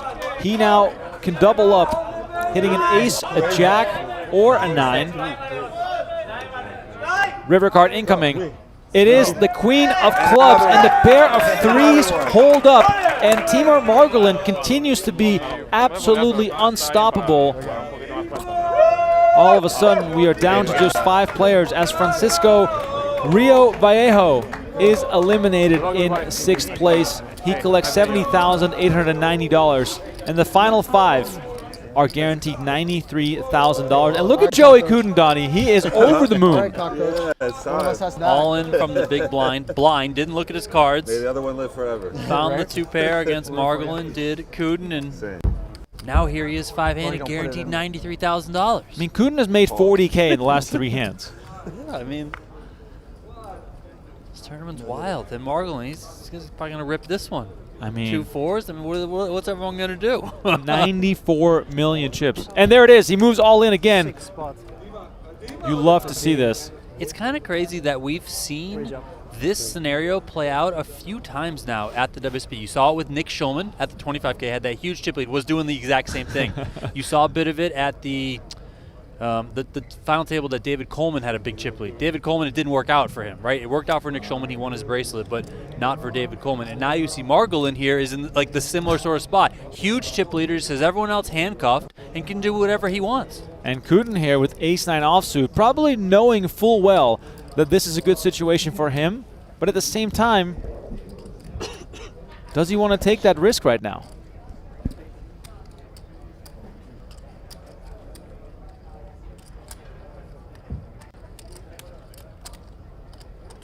Pay jump now is about $32,000, and Joey says, we're going with it.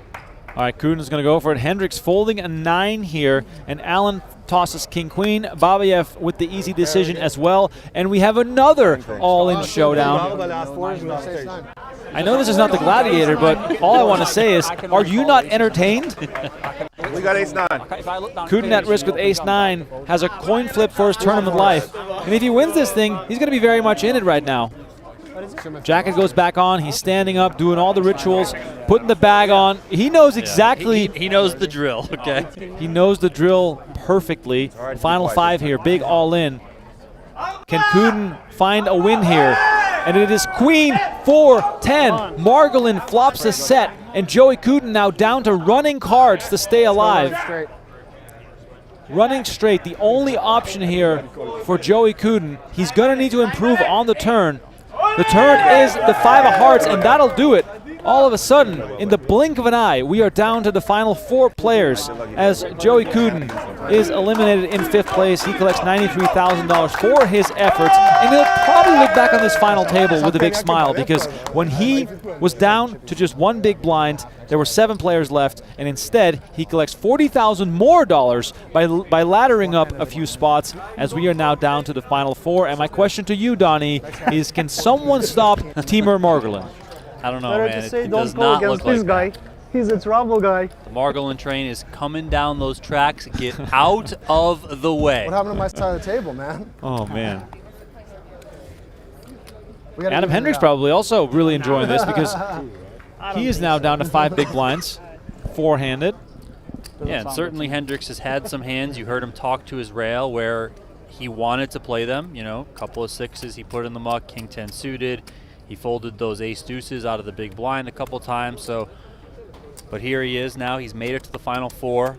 He's guaranteed $125,000, as are the remaining players. So let's see how this one goes.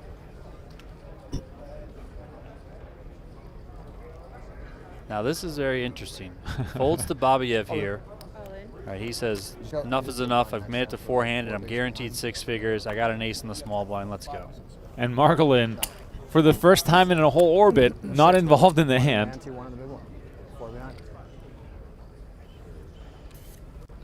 Hendrix, the short stack. And, you know, with the blinds going up and Margolin winning all the hands, Allen and Babayev also can't bully me now. Not really with a lot going on. Hendrix pointing out the fact that ICM no longer a concern given how short he is. Yeah, and he's in the big blind on this hand, so probably going to take a really, really horrible one for him to ultimately let it go.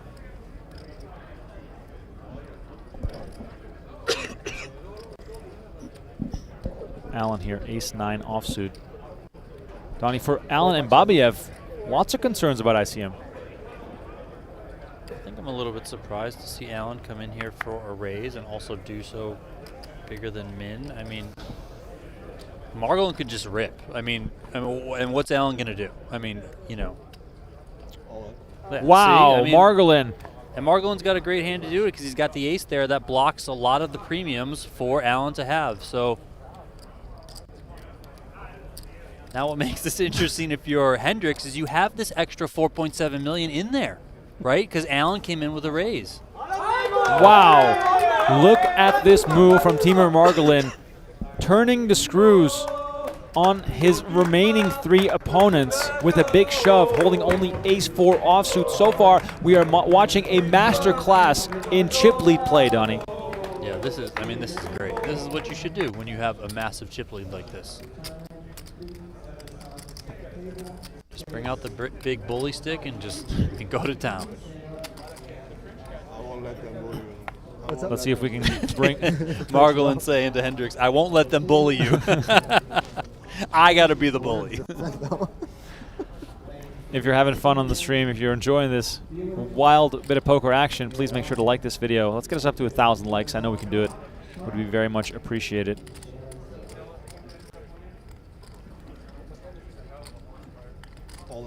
And Margolin back to the usual recipe here, moving all in.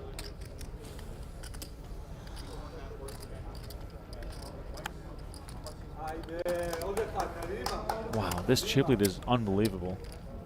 These are just the spots you absolutely dream about in tournament poker. I mean, it's going to be very hard for obviously anyone to fight back against Margolin, but on the other side, it's going to be very hard for Margolin to make a misstep at this point. Like, he can just do whatever he wants. It really does not matter.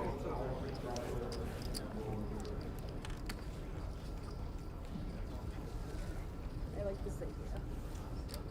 Guys, it's okay to push your bets in for us. You've got short arm. Thank you. Can we have 5 months for you also? Oh, sorry for that. That's okay. I get it. Thank you.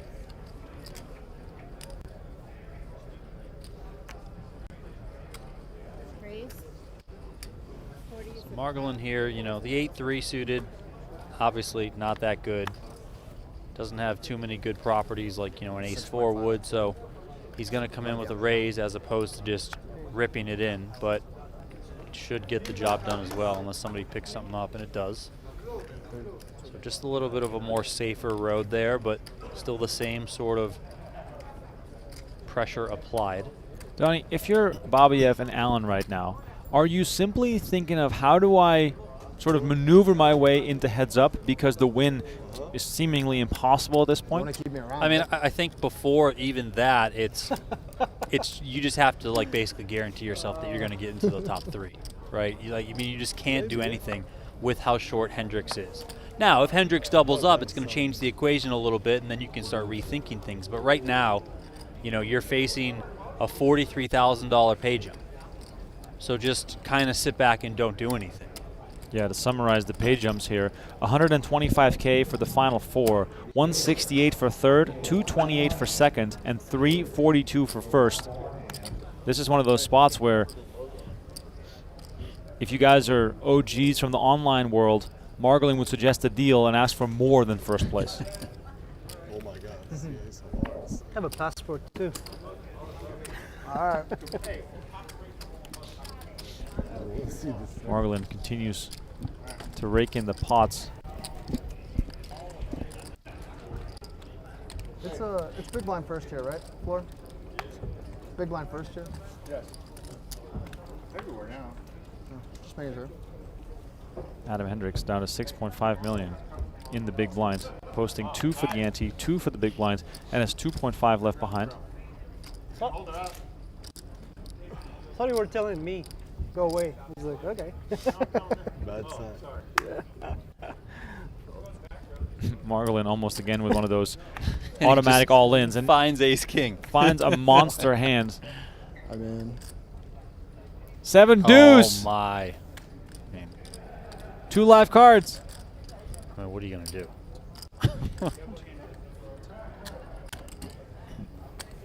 No one else. Worst time in poker. Brutal situation for Hendrix here. Sorry, buddy. This is almost why you just take the Joey Couden approach and you just don't look, because then you just can't see the bad news. Yeah, bad news indeed, but at least he has 2 live cards. Margolin continues the rush, finds ace-king. Hendrix all in with 7 deuce offsuit. And the rail is laughing. Oh my God, he's not scared of ICM. Absolute tear for Margolin. That was pretty funny. At least should be backwards, right? Yeah, I made a mistake. At least Hendrix suits are live. Good feeling. All right, here comes the flop. Adam Hendrix, tournament life on the line. 4-4-5 rolls off the deck. All his 7s and deuces are live, so he has 6 outs twice here. Could stumble into some backdoors. Turn card is the 4 of diamonds. Doesn't change a thing. Hendrix still looking for a deuce or a 7 with 11 million chips in the middle. River card is a deuce! And Adam Hendrix finds a double up on the river. As if he's Scott Blumstein, he drills the duck, and he is back in the game. And on top of all this, he's now the small blind, so he's got a few more hands to figure it out. Yeah, a little bit more room to fight now for Hendrix. Now this changes things up. Most importantly, if you're Babayev. Have like 10 now? 10. 10 behind. Okay. Babayev is still third. He is still ahead of Hendrix on the leaderboard, but a little bit more uneasy knowing that the very, very short stack just doubled up, especially in the way that he did finding it on the river. Producer Joseph just texted me. He goes, "That's how I run with ace-king 2. I hate that hand." I don't think he's the only one. It's just a drawing hand. It's just a drawing hand. It's just ace-high. Margolin, 10-3 offsuit. Donnie, this looks like full equity to me. 10 million.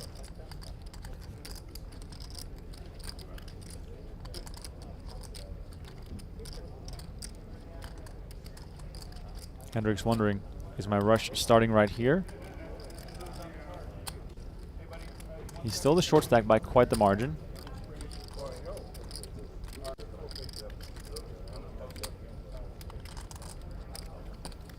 I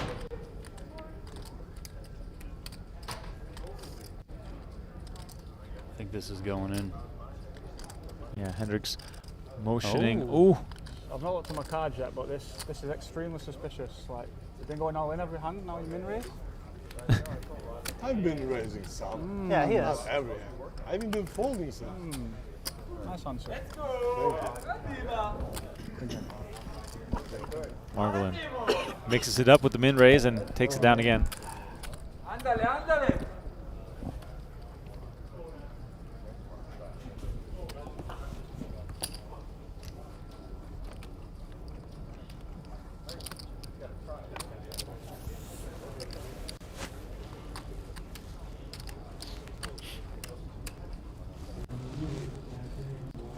Meanwhile, the dinner chat is alive and well in our YouTube community.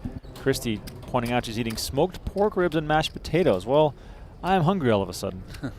What's for dinner at home? Let me know in the chat what you guys got. I got to get some food after this final table, so I'm open to suggestions here as Margolin with the 10-3 suited continues to apply the pressure. That's a break up to this one, right? Okay. Allen in the small blind. King, queen, offsuit. We'll leave until break? Yeah, we'll survive.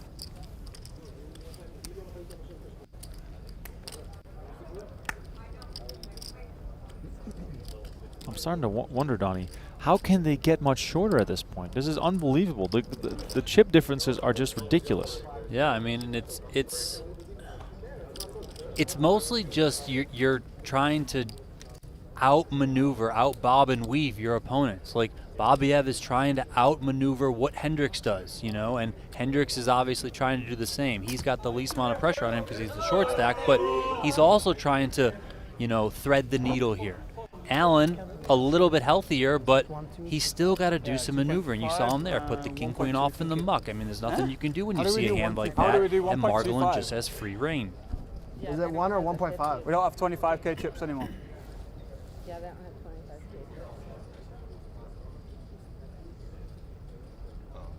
So 1-2 is small. We'll be 1.5 now. 1.5. 1.5. Let's see. Oh wait, maybe 1. I don't know. See what he. Anyway, comes up with. deal the hand, I guess, so you can deal 1.3? Clock is, If time goes, we have to deal, right? I don't know. They're gonna add time. It's just make sure. Huh?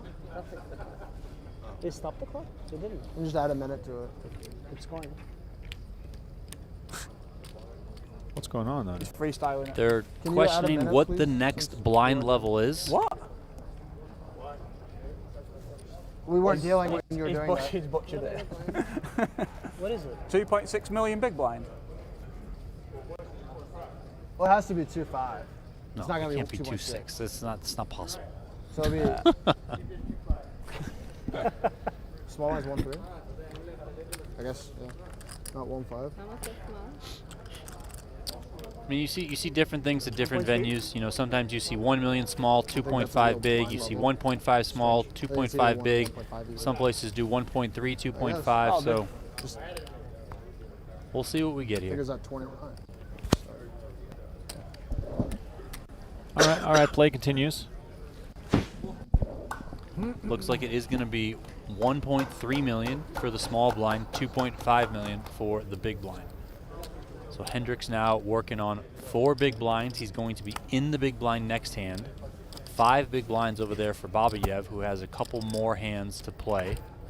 He's going to lose a small blind on this one, and Margolin gets a walk because what are you going to do? Down pick. Nice end. Cool.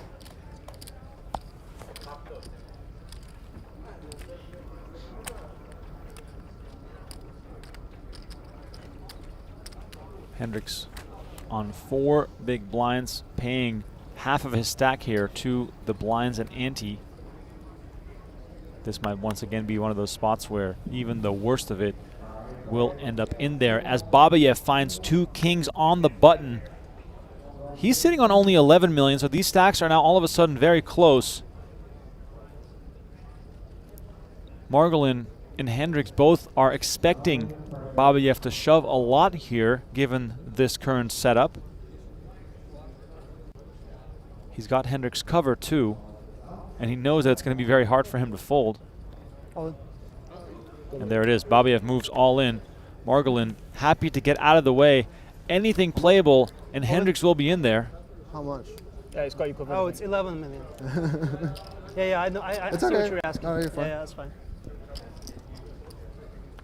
So, for me to beat you in a pot, right? More than anybody. Iceman Hendrix needs some help here.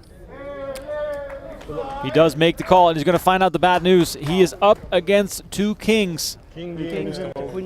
Adam Hendrix, tournament life on the line. The #1 on Alaska's all-time money list. Needs some serious help here. Spades or multiple queens or 4s. I'll take that. I'll take that. 4 players left. Are we going to see the field reduced to the final 3? Here comes the flop. Oh, I see spades. Ace, 7, 8, 2 spades. Adam Hendrix still very much alive in this thing. Hendrix rubbing his hands together in anticipation of what could be a double up. Turn card is the 8 of diamonds. That removes 1 out. The king of spades now no longer active for Hendrix. He's going to need a non-king spade on the river, or else he will be our 4th place finisher. Here's the river.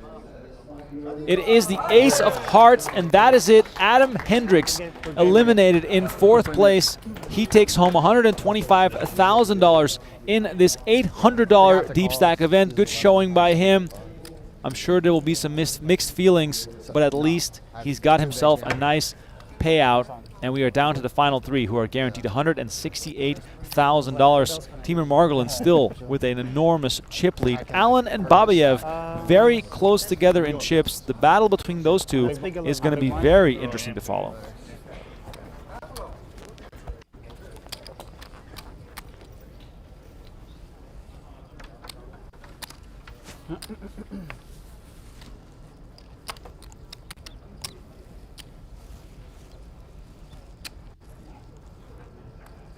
Sorry. Hendrix collecting his belongings as we move on to the next hand.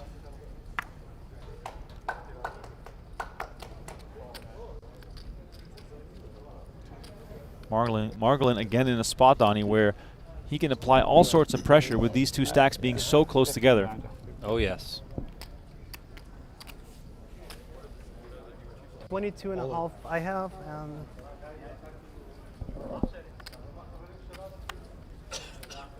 you have 15 behind? Yeah. We're equal, because I put blinds. And Yeah, Danilo. if I fold, then we're equal. Huh? 22 million. It will be 17. 20. It's 25, right?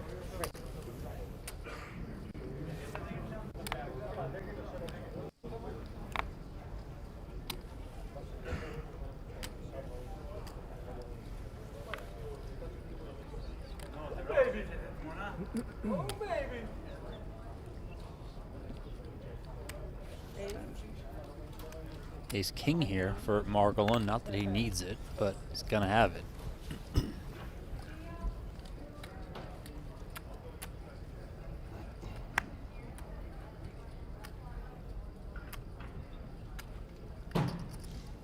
That's the funny thing about being chip leader. Sometimes you're going to actually have a hand. Yeah.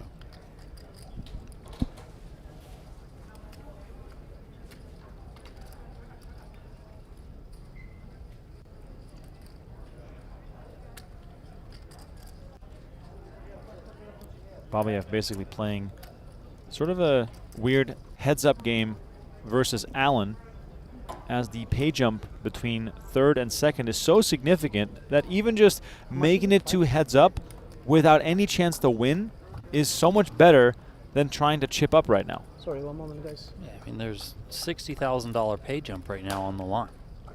And then, of course, I mean, you can just get the heads up and gamble it up, and anything can happen. You could double up a couple times, and you can win. You know, so.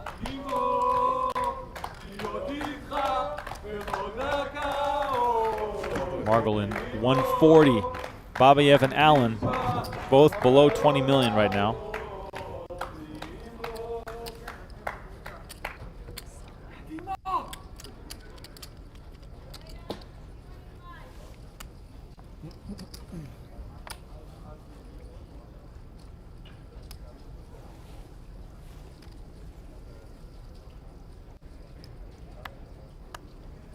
Queen 10 for Allen, Donnie. This is probably in shoving territory. Yeah, I mean, you're going to be posting the 5 million next hand. I think this one, probably just take your chances. Sir, without my permission, you can't talk her into anything. 8.2 million. Even if you end up getting called and get your chips in, I mean, Queen 10 suited, sorry, should play pretty well overall. Comes in for the raise, and this is an absolutely massive pickup for Allen, who hasn't won a pot in a long time. He raised folded versus Margolin probably about an orbit ago, and ever since it's been just been dwindling. Okay.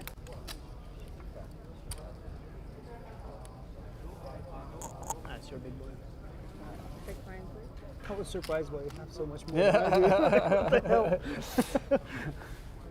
2.5. Yeah, but that doesn't seem right. That's something going on.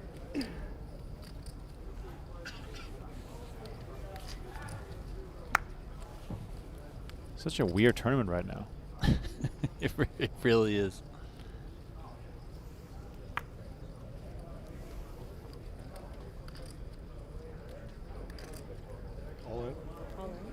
Margolin keeps picking up playable hands, and Allen with ace-3 offsuit, Donnie. It's going to be hard to fold this. No, it's all fine. I'm just having a little calculation.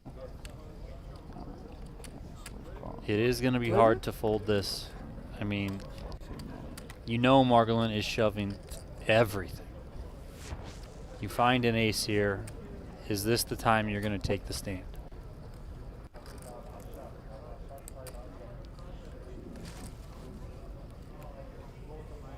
You also have to factor in that Babayev is in the big blind on the next hand. He's going to have to post essentially a third of his stack.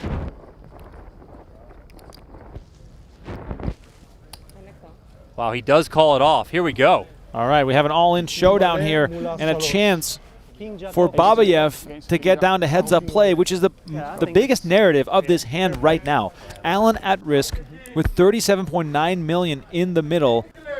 Margolin could take his first sort of hit in over an hour, it seems like. Ace-3 ahead here, but of course, King-Jack, so many outs, so many options.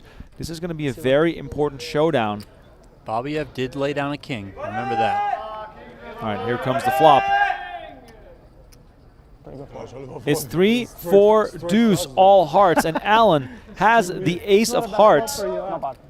Give this man the 5 of hearts. Let's make it a steel wheel. Margolin looking for a king or a jack.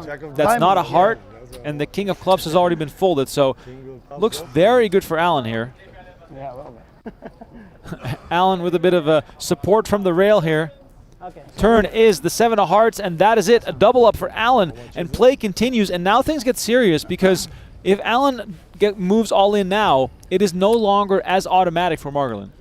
Yeah, but I don't think Allen will really be doing much now. He's in a great spot to be able to make it into heads-up play. Another 8 million.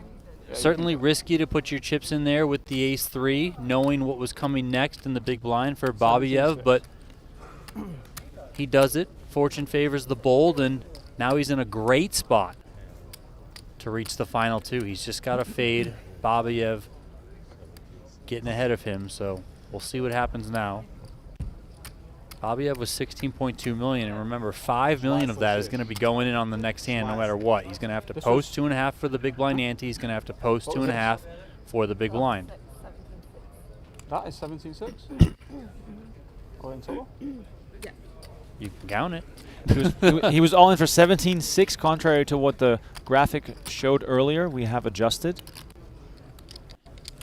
Babayev now 16.2, doing some math on his own, trying to figure out what can I do, what can I get away with, and how expensive is this round going to be for me. He's now posting 5 million on this very hand, so only 11.2 million left behind.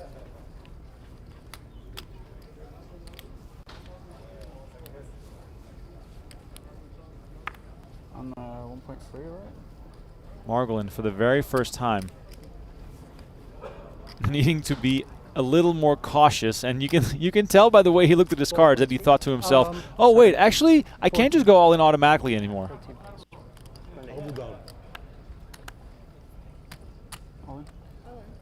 Allen. Margolin gave it up, huh? Yeah, he did.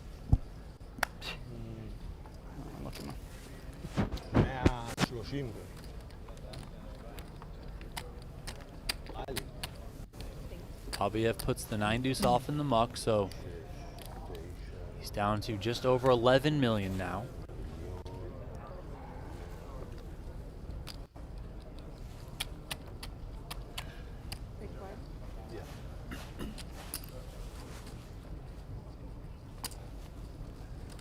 Margolin's standing up, stretching the legs a little bit. No, actually less.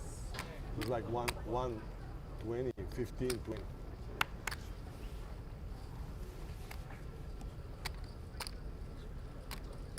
All right, Babayev here in the small blind with king 9.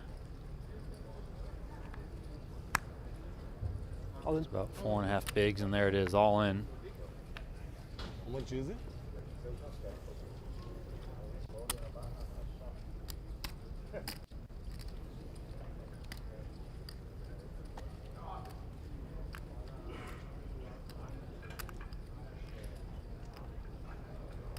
This is a very small shove, Donnie. Is Jack 4 of spades enough here? 12.3. I mean, I almost think he's thinking about the fact that if I just let him stay in, it might even be better for me. Right. I can just continue to just chip up. Yeah, he does give it up. I mean, why give a good shot to a double up here?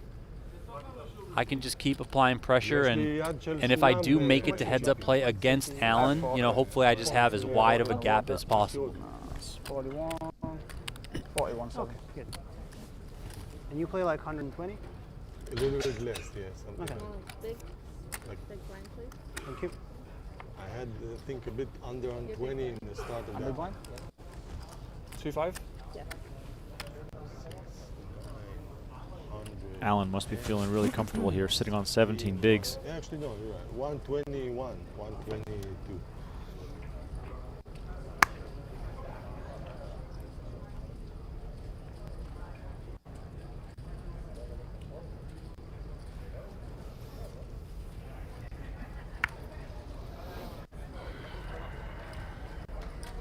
I mean, Margolin could just put this in. It doesn't really matter what he has, and you know, Alan just has to wake up with like a top 3 hand. I mean, what are you gonna do?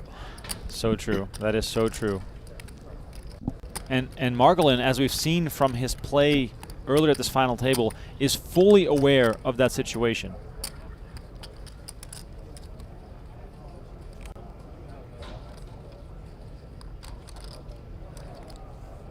This is interesting, Donnie. He's going for like a normal-ish size raise.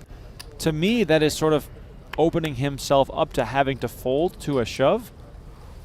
I personally, and please correct me, would almost prefer just a shove. Yeah, I mean, it should play very similarly. Like, Alan shouldn't, he should still need to find a very, very, very small group of hands to be able to move in, right? Now, Alan could be a bit more of a wild card than a chart might say, right? He might decide and say, I got ace-9 suited, let's go, buddy, you know, type of thing. We don't know. I don't know. Alan has been playing pretty solid so far, so I don't think he's going to go too wild there, especially given the stakes that are at play. So, you know, effectively the same thing. A little bit more conservative. You kind of protect yourself if you're Margolin.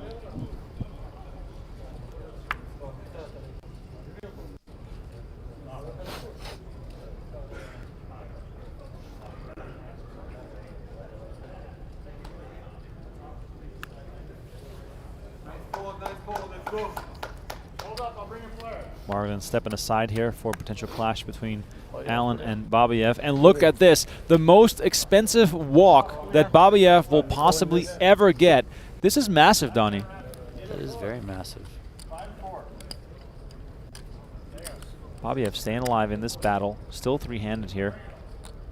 Not your average poker tournament, only $800 buy-in. We're playing for $342,000.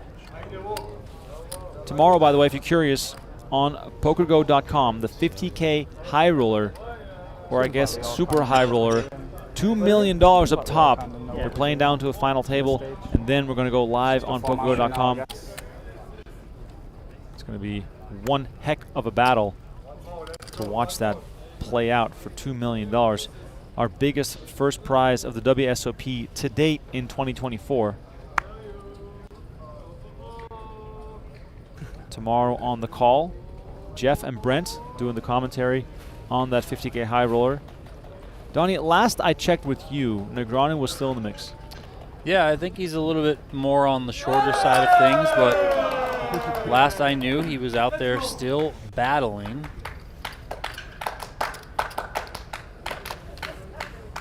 Looks like Artem Artrosian has taken the chip lead now in that 50K high roller. Sergio Aido is still doing well. Masashi Oya still up there. Jonathan Jaffe also doing well. Victor Blom won a huge 3-way all-in.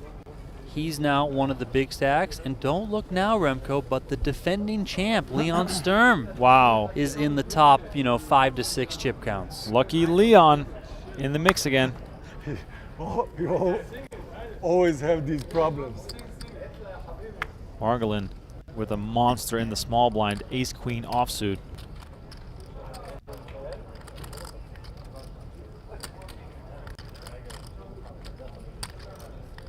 Alan is going to expect the pressure to come. 6.5 million. And he makes it 6.5 million here. Same as before, just raising, and Alan finds ace-3 offsuit in the big blind. Of course, lots of pressure on him. There's a big chip gap between him and Babayev. Yeah, so this is a spot where Alan's going to want to be very careful. It might look good. The very, very aggressive, big chip leader is raising into you once again. You look down, you find an ace. But given the chip stacks, given your position, how close you are to making it to heads-up play, getting a big boost in pay, don't want to really go crazy here. Alan seriously considering it here, knowing Margolin's history of showing down absolute garbage probably makes him wonder, is this my time to take a stand and to start chipping up? Also interesting that, you know, earlier it was Alan who made the comment about, you know, you've been shoving, and then all of a sudden you raise. So Margolin's like, I got a really good hand. I'm not just going to rip it into him. I'm going to put in another raise. See if I can get him to kind of spaz out. Yep.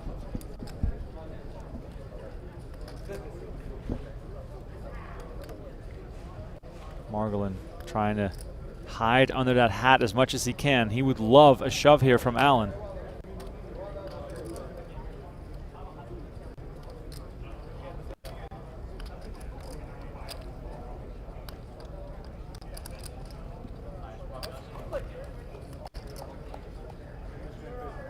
A little glance over at the tournament clock there by Alan.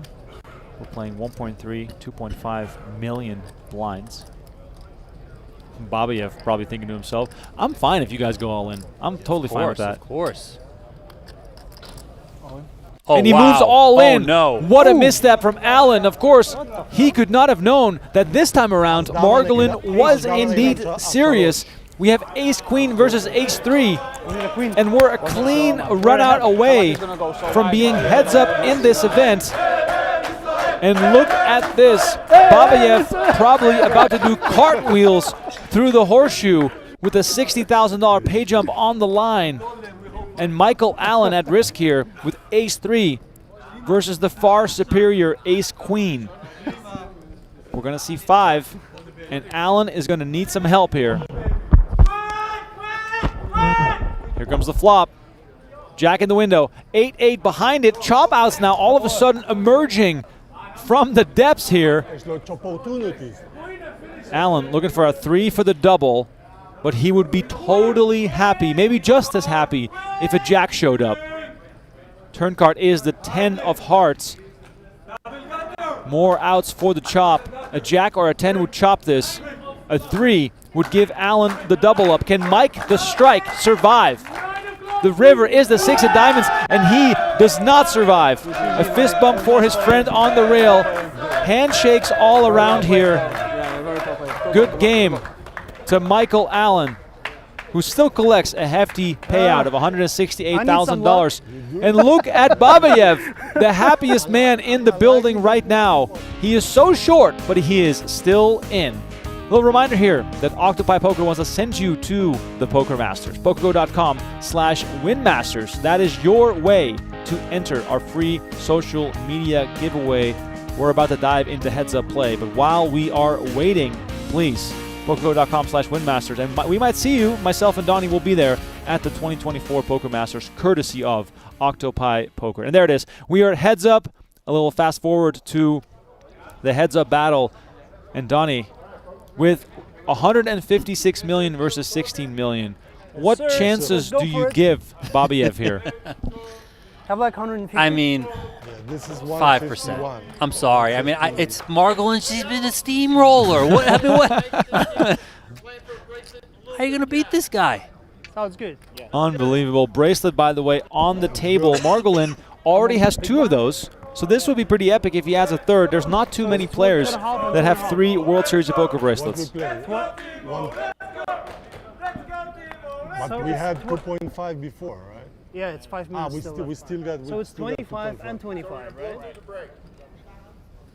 So I got the 1-3 and it's me.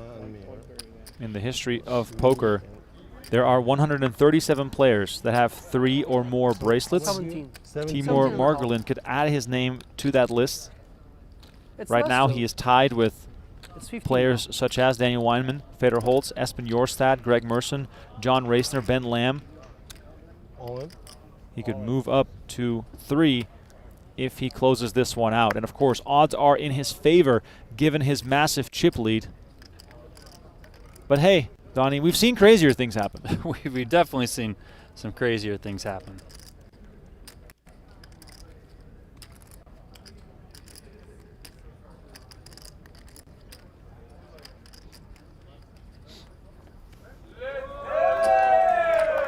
Margolin continues what he's been doing for this entire final table. After a little bit of a, I guess, short downturn to start this final table. He's been trending up continuously from about hand 10 onwards, and we're now on hand 70.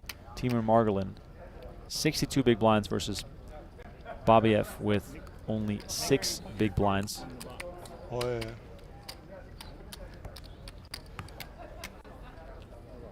Agharazi Babayev from Uzbekistan, residing in Turkey, versus Timur Margolin, born in Ukraine, living in Israel. We've got an international battle going on.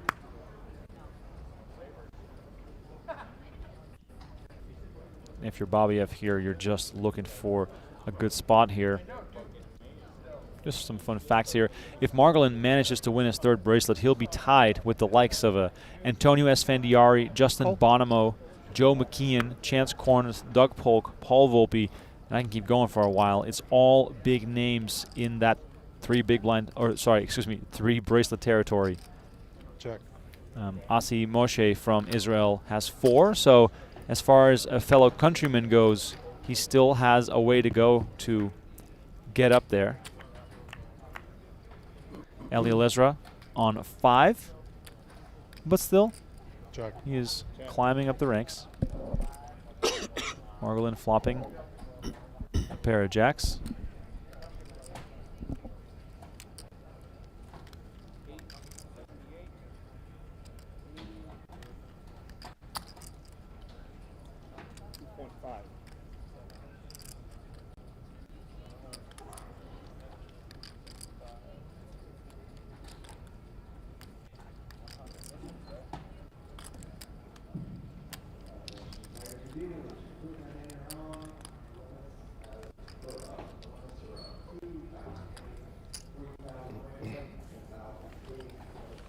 Babayev bets 2.5 million on it, trying to get maybe a little tricky here. Yeah, I'm not really sure what he's going for with the 9-5 off here, and being as short as he is. I mean, I'm not really seeing what we're trying to accomplish here.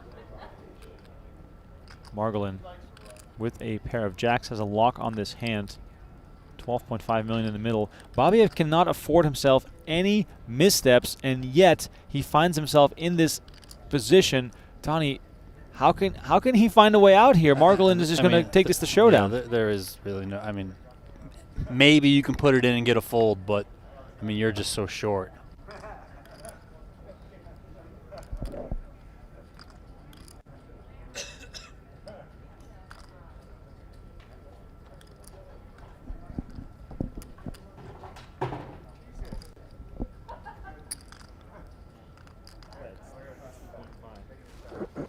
Blocker here from Margolin.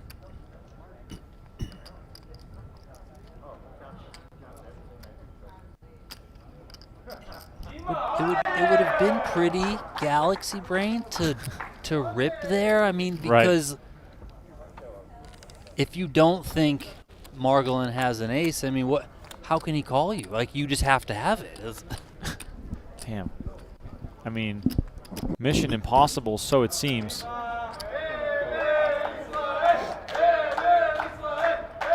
The Timur Margolin crowd already celebrating, and understandably so. Their hero is in a phenomenal spot here to take down this bracelet. It's going to take many, many double-ups for this to all work out in his favor.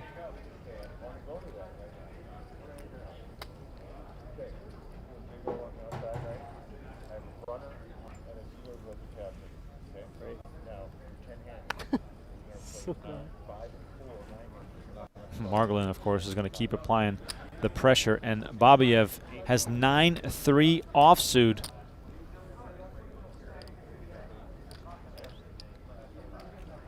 I mean, this is just a disaster for the man from Uzbekistan. He still had a chance coming into this heads-up battle, but right now, it's like he's beating his head against the wall and makes the call with 9-3 and somehow has his opponent dominated here. I mean, you just got to put the chips in. I mean, what are you going to do? 60% of your stack is already committed to the hand. Well, I can't fold this shit. This is hilarious. 9-3. Premium holding here during heads-up play, only 3 big blinds deep. Babayev, I mean, you can tell by the look on his face. He wished he had a bit more playing room here. You get the heads up for the first time at the WSOP, and all you can do is go all in with 9-3. Probably not how he had pictured this moment. But still, he's dominating now, and he could double up and maybe get a match again. All right, here comes the flop. Deuce 6-6 Margolin looking for a 4 or a 5. A 4, of course, to make a pair. A 5 to make a straight.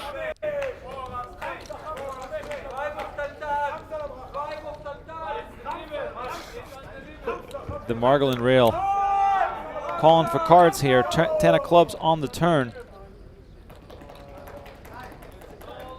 9 still plays. Babayev, one card away from having 12.5 million again. River card, here it is, let's see it. Is the 8 of hearts, and the 9-3 is victorious. How much? Donnie, how impressed have you been with Timur Margolin at this final table? Very. I mean, started off exactly as expected, you know, with the big chip lead coming in. Most experienced player here, 2-time bracelet winner, all that sort of stuff. You know, really started to just kind of open up at the beginning, but was hit with a little bit of pushback, mostly from Allen, right? But kind of caught his breath, ended up working his way back into the chip lead, and then it's just really been the Timur Margolin show since then. You know, he's been in a pretty dream scenario overall, given his chip position versus his opponents at the table for quite a bit of time, and he has really yielded that chip stack the way that you should when you are such a big chip leader. Oh, so it's 1.5. A lot of times, you know, we do see some big chip leaders, they just kind of sit back, and they almost wait. It's almost like the pressure's on them. Margolin said, no, I'm going to take this bull by the horns, and I'm going to go get this third bracelet. And so far, so good.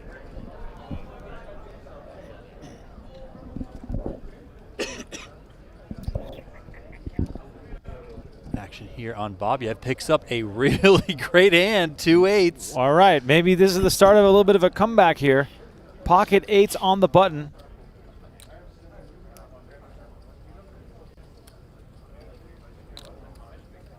This is 1 million, right?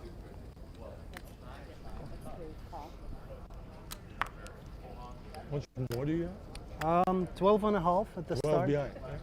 No, 12.5 at the start. Okay.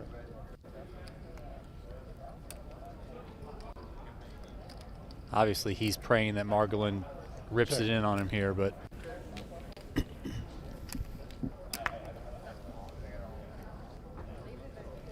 look at this. We're going to see a flop, Donnie. This is incredible. Oh. Wow. Jack, 5, 6, and Margolin flops 2 pair. And, of course, he's going to check. He's going to try to get some chips here. Doesn't even realize that Babayev actually has a hand. 9 million in the middle. Pot size bet left here for Babayev.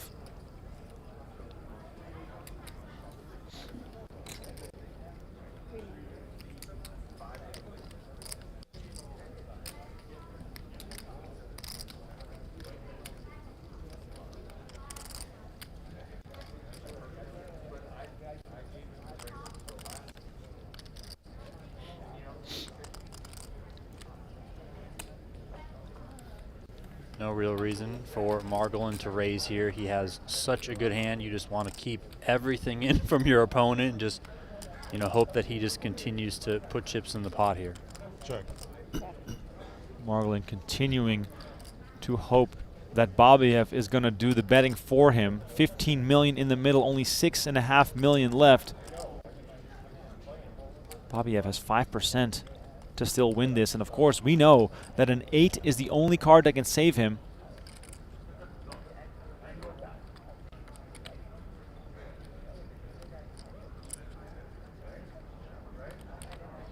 Agharazi Babayev has made it a heads-up play, secured himself a nice payout, but a move here could prove disastrous as Margolin flopped 2 pair.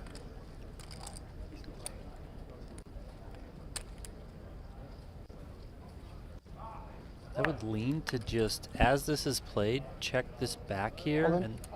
And he moves all in. Margolin snaps him off with Jack-6, and Babayev needs an 8 to survive, or else this tournament will be done. Pocket eights to my Jack-6. It's been the Timur Margolin show, and Babayev only has 2 outs to survive. The Avocado Man, 1 card away from his 3rd World Series of Poker bracelet. The Israeli fans in the background ready to start cheering and jumping. An 8 and an 8 only will save Babayev. Dealer, show us that river card. It is the Queen of Clubs, and we have a new champion in the building. Timur Margolin wins the $800 Deep Stack event, taking home a whopping $342,000 and a round of high fives from his crowd on the rail. Babayev collects $228,000 for his runner-up finish, also a massive score for him. My name is Remko Rinkema. Donnie Peters was alongside me. It was a pleasure to call this frantic final table as Timur Margolin laid down the law against his opponents. Thank you all so much for watching. Catch us tomorrow on PokerGO.com as we stream the 50K High Roller final table. For now, good night. See you soon.